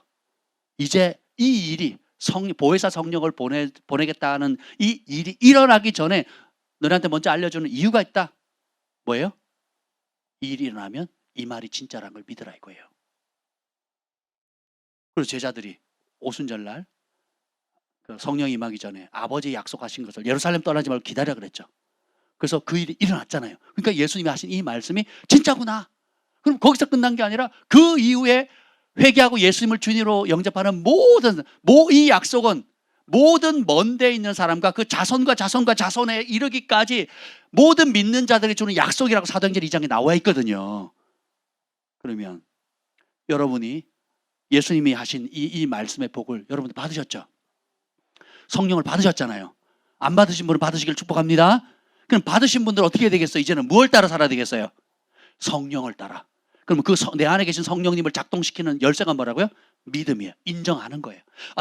믿음의 근거는 그리스도의 말씀을 듣는 거라 그랬죠. 예수님이 말씀하셨으니까 그 약속하신 걸 믿고 어떻게 해요? 이제 존중해 드리는 거예요. 여러분의 삶 가운데 계속 예수님의 영, 내 안에 계신 아버지의 영을 초청하고 인정해 드리고 들으려고 노력하는 거예요.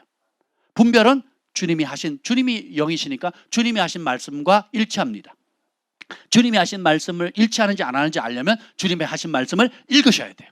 사랑하셔야 돼요. 연구하셔야 돼요. 묵상하셔야 돼요. 주야로 여러분이 귀하게 여기셔야 돼요. 그러면 27절의 역사가 일어납니다. 27절 시작. 평안을 너에게 끼치노니 곧 나의 평안을 너에게 주노라. 내가 너에게 주는 것은 세상이 주는 것과 같지 아니하니라. 너희는 마음에 근심하지도 말고 두려워하지도 말라. 샬롬의 은혜가 임합니다. 평안은 그냥 아유 뭐 집이 무너져도 뭐 세상이 무너져도 뭐 소산을 군영 있겠지 하고 그냥 손 놓고 그냥 될 대로 되라는 식으로 마음 편하게 있다는 뜻이 아니에요. 성경에서 말하는 평안, 구약이든 신약이든 평안은 평안이라고 쓰고 천국이라고 읽으셔야 돼요. 마음이 여러분이 천국에 갔을 때 누리는 상태가 이루어지는 겁니다.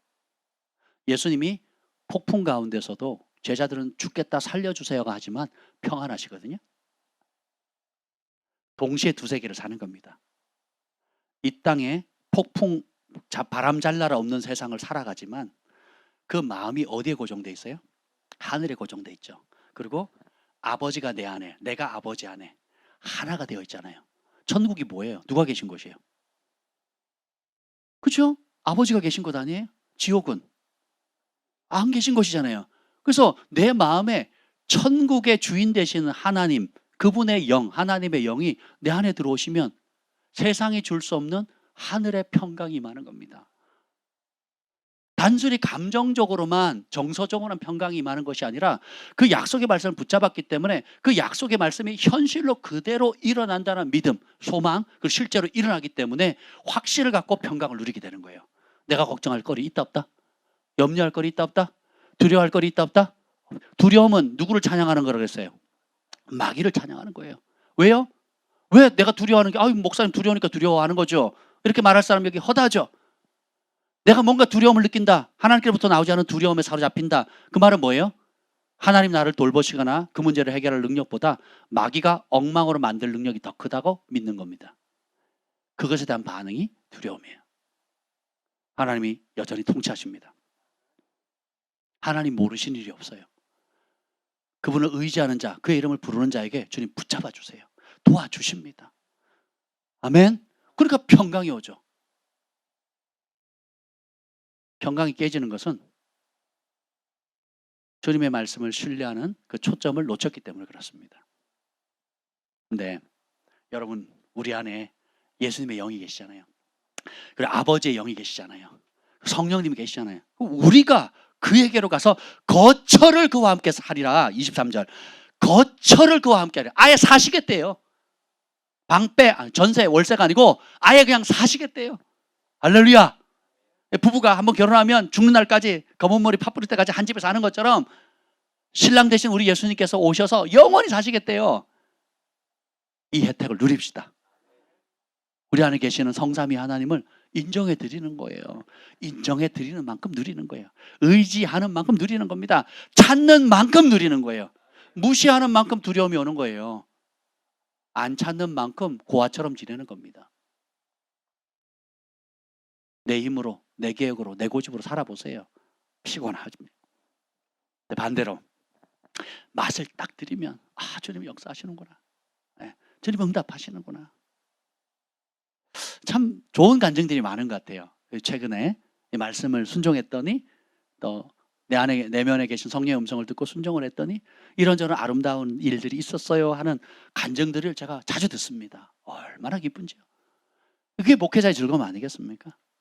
육에 반응하지 않고 옛날 방식대로 고집 피우지 않고 말씀 따라 우리 안에 내주하시는 성령의 음성을 따라서 순종했을 때 하나님께서 어떤 아름다운 열매를 주셨는지, 그리고 그것이 다른 사람에게도 선한 열매를 맺을 뿐더러 내 마음 안에도 사람이 줄 수 있는 하늘의 평강과 큰 기쁨을,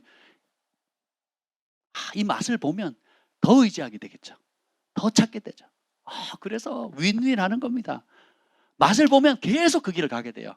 못 보면 계속 곤두박질 치는 겁니다. 선택은 여러분이 하시는 거예요. 믿음이라고 쓰고 선택이라고 쓰고, 날마다 순간마다 선택이에요. 근데 그걸 방해하는 게 뭐예요? 환경, 자식, 그리고 육체의 한계, 건강, 기타. 여러분들이 특별히 약한 부분들이 있어요. 여러분 특별히 약하다는 게 뭔지 아세요? 여러분이 두려워하는 무엇이에요? 여러분이 집착하는 무엇이거든요. 원수 마귀는 그걸 너무 잘 알아요. 돈에 약한 사람, 건강에 약한 사람, 자식에 약한 사람, 장래에 대한 결혼에 대해서, 또 사람에 대해서, 자기에 대한 평가에 대해서 약한 부분 잘 알고 있거든요. 그것만 건들면 탁 자빠지는 거예요. 그것만 건들면 탁 꼬꾸라지는 겁니다. 근데 주님이 아셔요, 모르셔요? 알고 계시거든요. 그럼 그때 어떻게 돼요? 내가 일단은 그걸 인정해 드리는 거예요. 나는 원래 이래서 그래. 아니면 나는 이런 상황이 어쩔 수 없어. 아니야, 이건 내가 옳다고 생각하니까 이렇게 하는 거야. 하는 이런 생각을 싸그리 사로잡아서 그리스도의 말씀에 복종시켜야 돼요. 먼저 메타인지하고 인정해 드려야 돼요. 두 번째는 어떻게 돼요? 그걸 가지고 성령의 이름이 뭐라고요? 보혜사 뜻이 뭐라고요? 영어로? 돕는 자. 영어로 뭐라고요? 헬퍼. 예. 아예 도와주시려고 작정을 하신 거예요. 왜요? 나에게 답이 없으니까. 내 힘으로 못하니까. 도와주시겠다고 보내심을 받았어요. 그럼 우리는 도움을 받아야죠. 도움을 받아야 돼요, 여러분. 내 힘으로 하겠다 하지 마시고 도움을 구하는 게 믿음이고, 도움을 구하라고 무릎 꿇는 게 겸손이에요. 저질러 놓고 자꾸 뒷수습 해달라 하지 마시고, 묻지도 않고 내 고집대로 저질러 놓고 뒤에 수습해달라 하는 미련한 길 그만 가시고, 저지르기 전에 도와주시러 오셨으니까 주님 도움을 도와주세요. 도움을 구합니다. 나에게 답이 없습니다. 내게 능력이 없습니다. 너희가 나를 떠나서는 아무것도 할 수 없다 하셨지 않습니까? 인정합니다. 주님 도와주세요. 주님의 길을 보여주세요. 진리의 성령이 오시면 내가 너에게 한 모든 말을 기억나게, 생각나게 하시자 하셨죠? 주님, 이 상황에 주님의 말씀을 떠올리게 해주세요. 이 상황에 주님이 이 땅에 오셔서 주셨던 그 말씀, 그 진리를 떠오르게 해주세요. 그 길 가게 해주세요. 이런 사람을 찾고 계십니다. 우리 그 길을 달려갑시다. 믿음 활용법 6번째, 믿음으로 여러분 안에 계신 성령님과 날마다 동행하시기를 예수님으로 축복합니다. 아멘. 주님 감사합니다. 오늘 우리에게 진리의 성령을 보내주셔서 감사합니다. 주님, 성령님의 가치를 성령님의 가치대로 깨달을 수 있는 은혜를 부어 주시옵소서. 우리의 길, 우리의 고집, 우리의 생각을 내려놓고 이미 우리 안에 모든 답 대신 아버지의 영을 주셨사오니 아버지의 성령을 의지하며 날마다 살아가는 저희들 되게 하여 주옵소서. 성령님과 동행하는 믿음이 날마다 커지게 하여 주옵소서. 이제는 우리 주 예수 그리스도의 은혜와 하나님 아버지의 극진하신 사랑과 성령의 감화감동 충만하심이 오늘 믿음으로 내 안에 계신 성령님과 동행하기로 결정하는 주의 백성들 위해, 또 열방의 영혼들을 위해 영원토록 함께 있을지어다. 아멘.